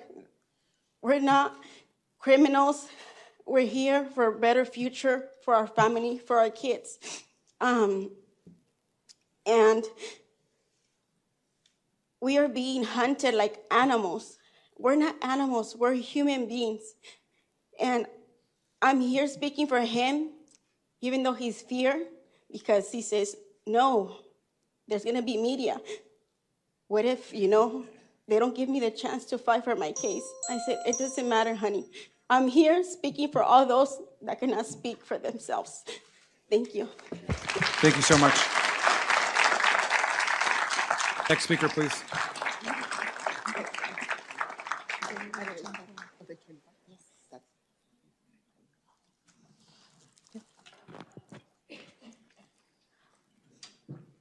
Buenas tardes, mi nombre es Blanca Lucio y soy una persona activa. Good afternoon. My name is Blanca Lucio, and I am a person active Por muchos años en mi comunidad de Sur Centro. for many years in that center, in my Soy community. mamá y mis hijos han crecido aquí y es por eso que consideramos que la ciudad de Los Ángeles es nuestra casa y nuestro hogar. I am a mother, and that's what my kids have been born here, and that's why I consider the city of Los Angeles to be my home and my house. El día de hoy estoy aquí para compartir un poco de lo que está pasando en nuestras comunidades. Today's day, I'm here to share with you a bit of what's happening in our communities. Sabemos que cada uno de nosotros tenemos diferentes pensamientos o experiencias sobre esta situación tan horrible, sobre las detenciones y los secuestros de ICE. We know each one of us have different thinking about our experiences and this horrible situation about the detentions and the kidnappings that are happening from ICE agents in our lives. Nuestra vida cambió de un momento a otro, de tal manera que nos quedamos sin trabajo y sin poder salir de casa. Our lives changed so sudden that in a way that we were left without jobs and not being able to get out of our houses. Para hacer nuestras citas médicas o diferentes cosas que hacemos en nuestra vida. To be able to do our doctor's appointments and either one to do different things that we do in our daily lives. Por el miedo de ser secuestrados Due- en nuestras propias calles y pensar que tal vez ya no regresamos a casa. To be able of being detained or kidnapped in our own streets, to think that maybe we cannot return to our homes. En mi experiencia personal, desde que empezaron las redadas, mi familia y yo, In my Todos- personal experience, since the raids started, my family and I, todos los días tenemos miedo de mirar salir a mi esposo a dirigirse al trabajo y no saber si lo volveremos a mirar. every day we are in fear to see my husband go to work and not know if he's gonna come back to see him again. Vivir y estar con el miedo de ver a otras personas cómo fueron arrestadas, lastimadas de la peor manera. To live with the fear of seeing other people how they have been arrested and hurt in the worst ways in something Es algo traumante para todos nosotros. is Mirar something traumatizing for all of us to look. mirar el atardecer ya no es algo bonito como antes. Ahora es algo difícil de explicar. Tal vez es miedo o impotencia de no poder hacer nada. To look at the sunset is not something pretty anymore. It's now something hard to explain. It's the fear and impotence to not being able to do anything about it. Hay momentos que estoy en casa y el miedo se apodera de mí, esperando la llegada de la persona que no sabe, que sale a luchar para el sustento de nuestra casa.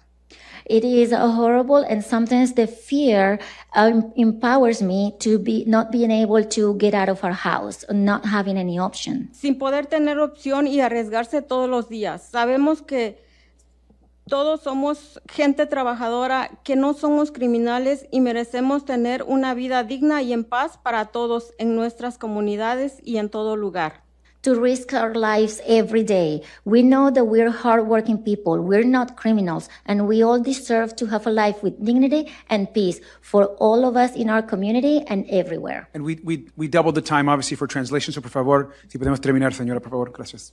Solamente le pido al comité que siga luchando y siga peleando por todos nosotros para estar en nuestras comunidades seguros y a salvo. I only ask the committee to keep continuing fighting for us so we can all be together in our community. Thank you, gracias. Next speaker, please.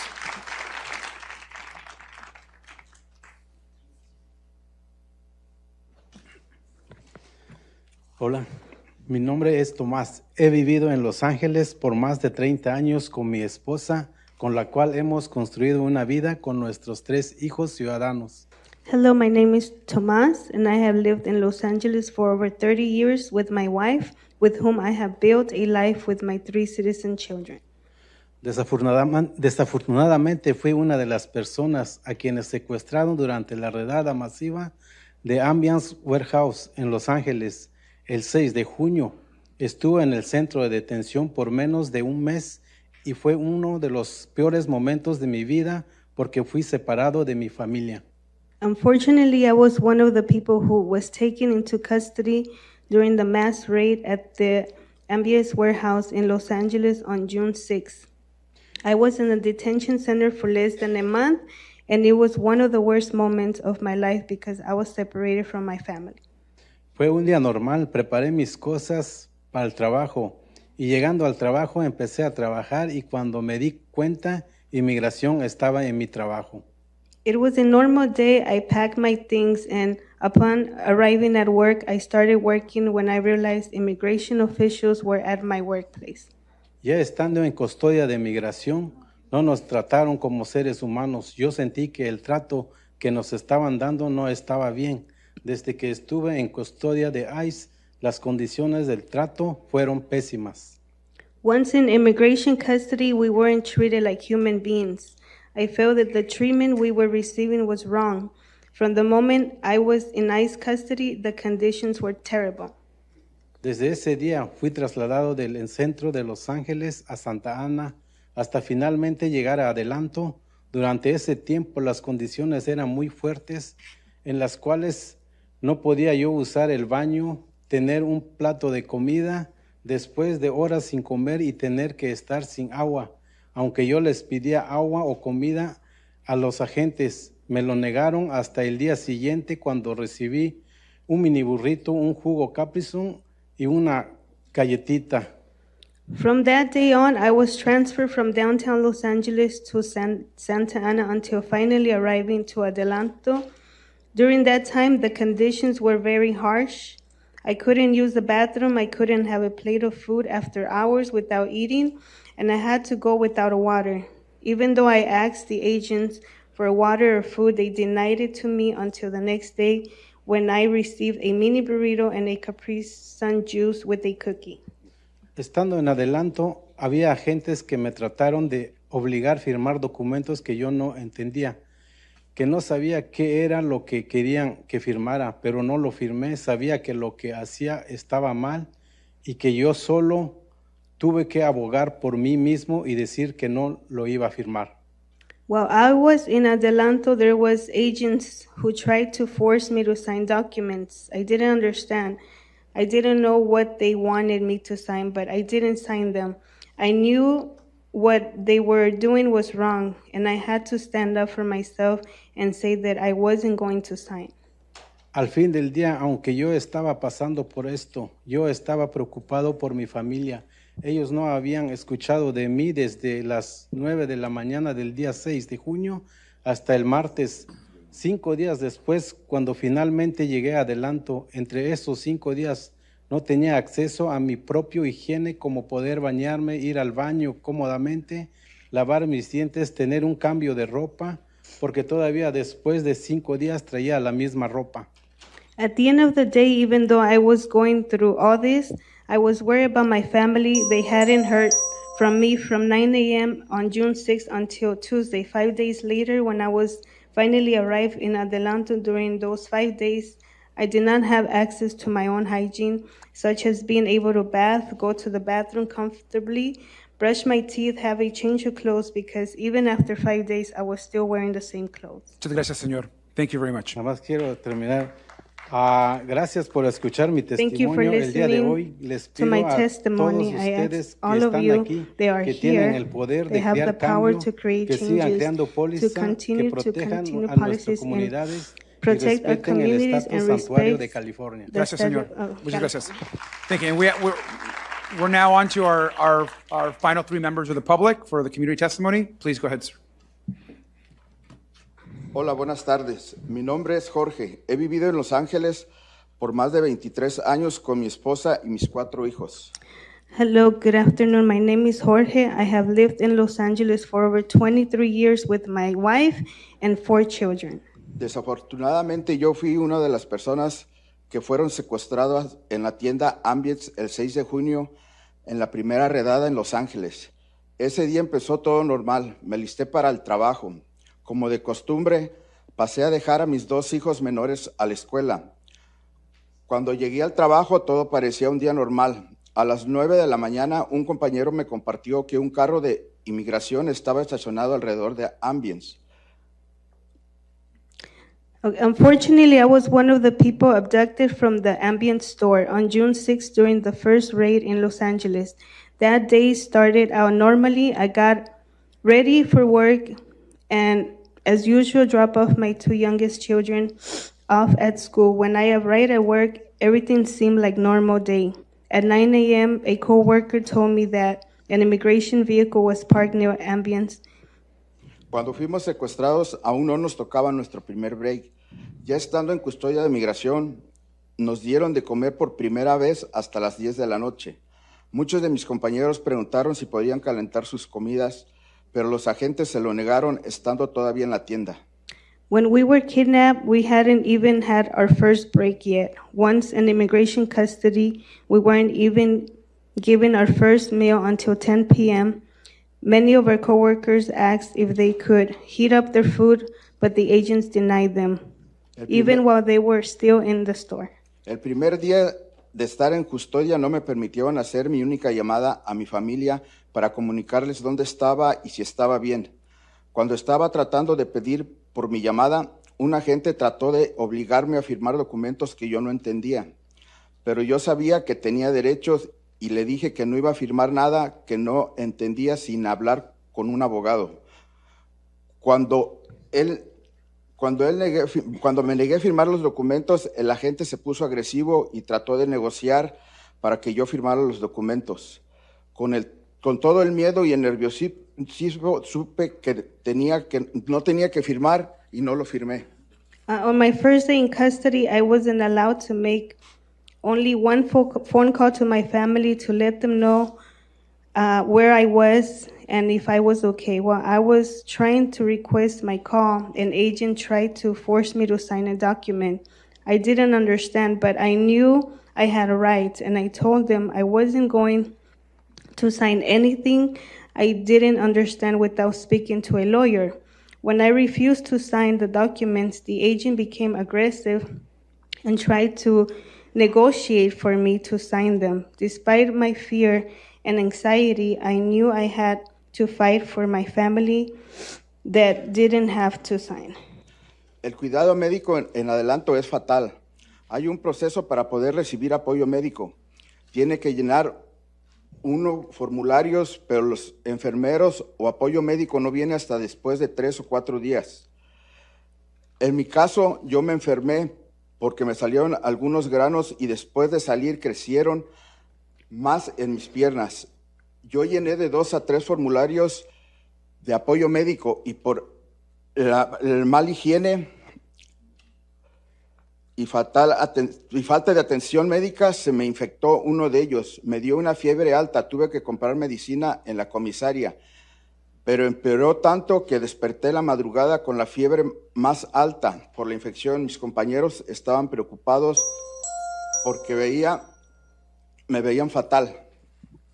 The medical care inside is horrible. There is a process to get medical support. You have to fill out a form, but the nurses or medical staff don't arrive until 3 or 4 days later. In my case, I got sick because I developed some rashes, and then they spread throughout my legs. I filed out for 2 to 3 medical support forms, and because of the poor hygiene and lack of medical attention, one of them got infected. Thank you. Muchas gracias. Gracias. Next speaker, please.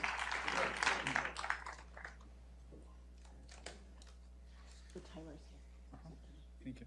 Hello, everyone. Thank you for inviting us. Could you speak a little bit closer to the mic, would you mind, sir? Oh, okay. Yes, thank you. We would like to share our story to explain what happened with immigrants now. We hope it will able to help someone who has same situation. Our family is asylum seekers. We filled form for asylum and we holding of removal 2 more years ago and waited our interview with migration officer. Also, we received work authorization and form which said you may remain in US while your cases will be decided. We are working, building our own business, paying taxes. Our son enrolled to high school. We don't have any criminal records, have never broken a law. We live in Westlake Village. Suddenly, on August 21, early morning, 5 agents on 4 unmarked cars came around our house. When I went for a walk with our dog, one car stopped in front of me, and man got out. The first question was, "Are you Anton?" Second, "Are you Russian citizen?" I nodded. He said, "You under arrest for overstayed your visa." Another two men handcuffed me. I tried to explain what that kind of mistake, and we have all documents, and we are authorized to stay in the U.S. They said they don't care about it, and you are going with us in ICE custody. They forced me to call my wife, pick up the dog. When she came out, they handcuffed her too, and said her under arrest too. We were delivered to ICE processing center in downtown LA. We spent 6 days there. There were around 50, 60 people in 1,000 square feet cell. Lights never turned off. AC worked all the time, 55, 60 degrees. No towels, not beds or mattresses. We didn't have even to brush. Later, we were sent to detention center, and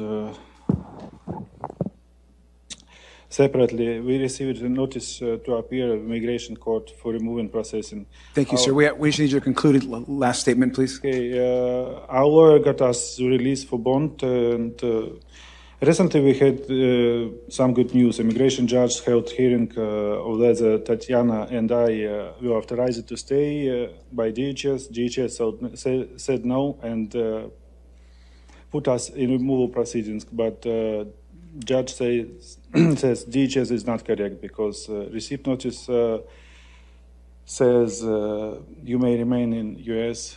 Thank you, sir. We'll take the rest of your testimony offline. Thank you so much, sir. Appreciate you.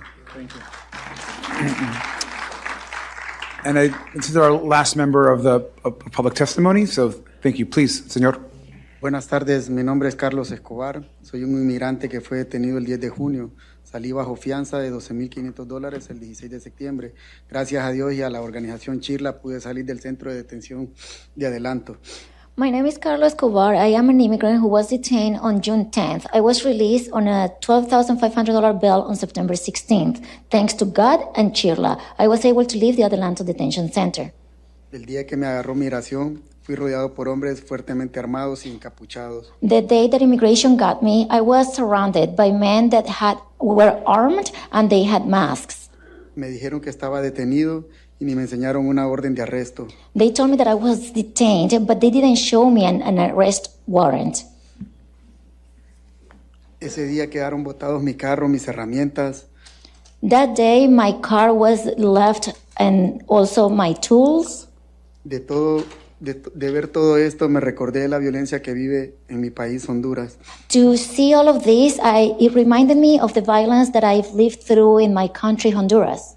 Estuve 98 días sufriendo en adelanto. Agarré una bacteria que al día de hoy me hace vomitar sangre. Me lastimaron mi rodilla izquierda y fui víctima de un atentado criminal por un colombiano y también fui objeto de una violación. I spent 98 days suffering in Adelanto. During my detention, I contracted a bacteria that made me vomit blood. They badly hurt my left knee, and I was the victim of a physical attack by a Colombian man. I was also nearly raped while in Adelanto.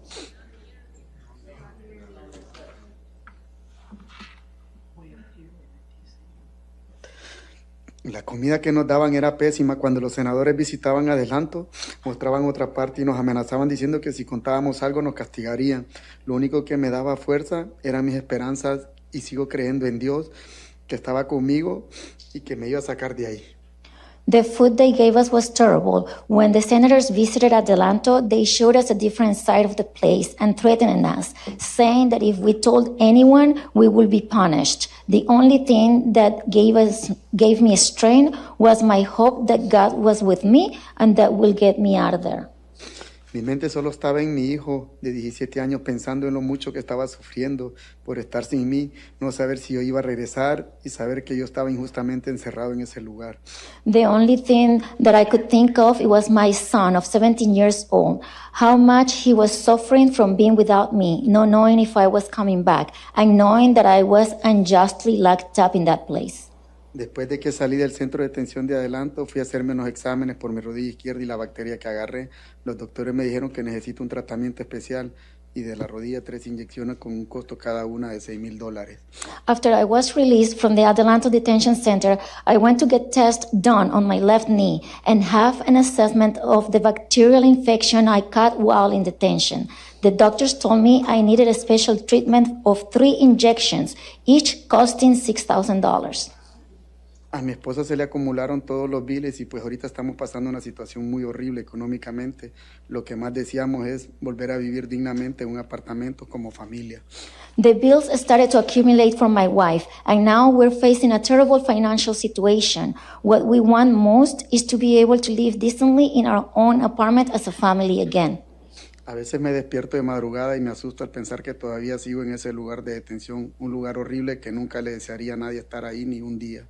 Sometimes I wake up in the middle of the night and get scared, thinking that I am still in that detention center, a horrible place. I wouldn't wish it on anyone, not even for a day.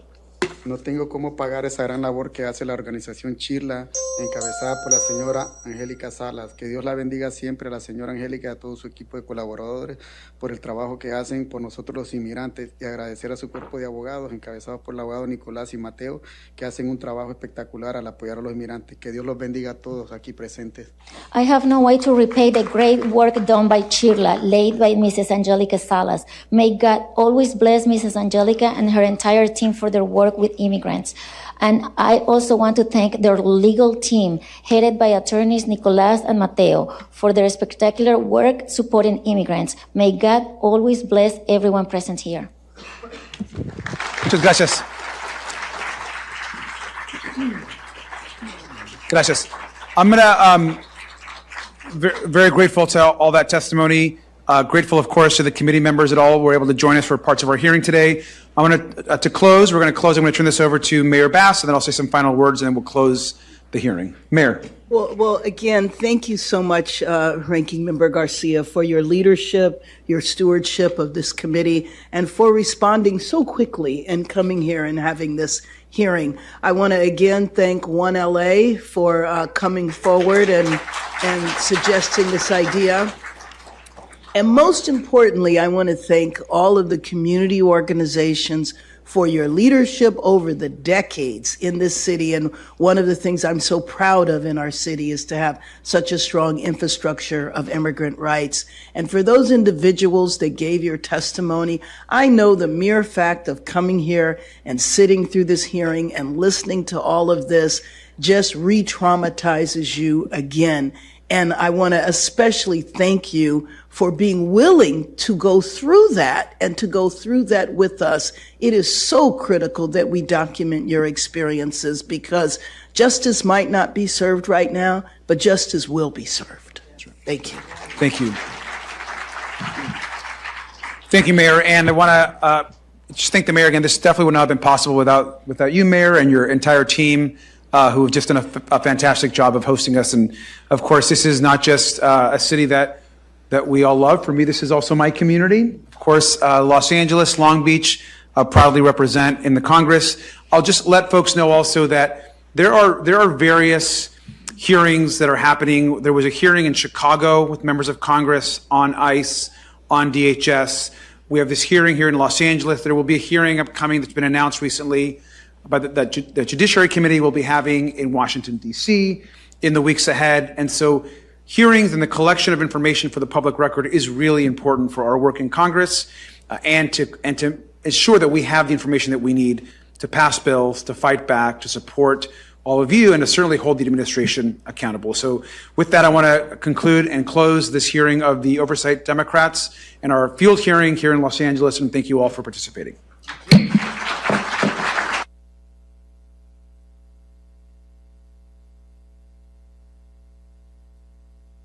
Want to stay plugged in? Become a subscriber to our Substack at MeidasPlus.com. You'll get daily recaps from Ron Filipkowski, ad-free episodes of our podcast, and more exclusive content only available at MeidasPlus.com.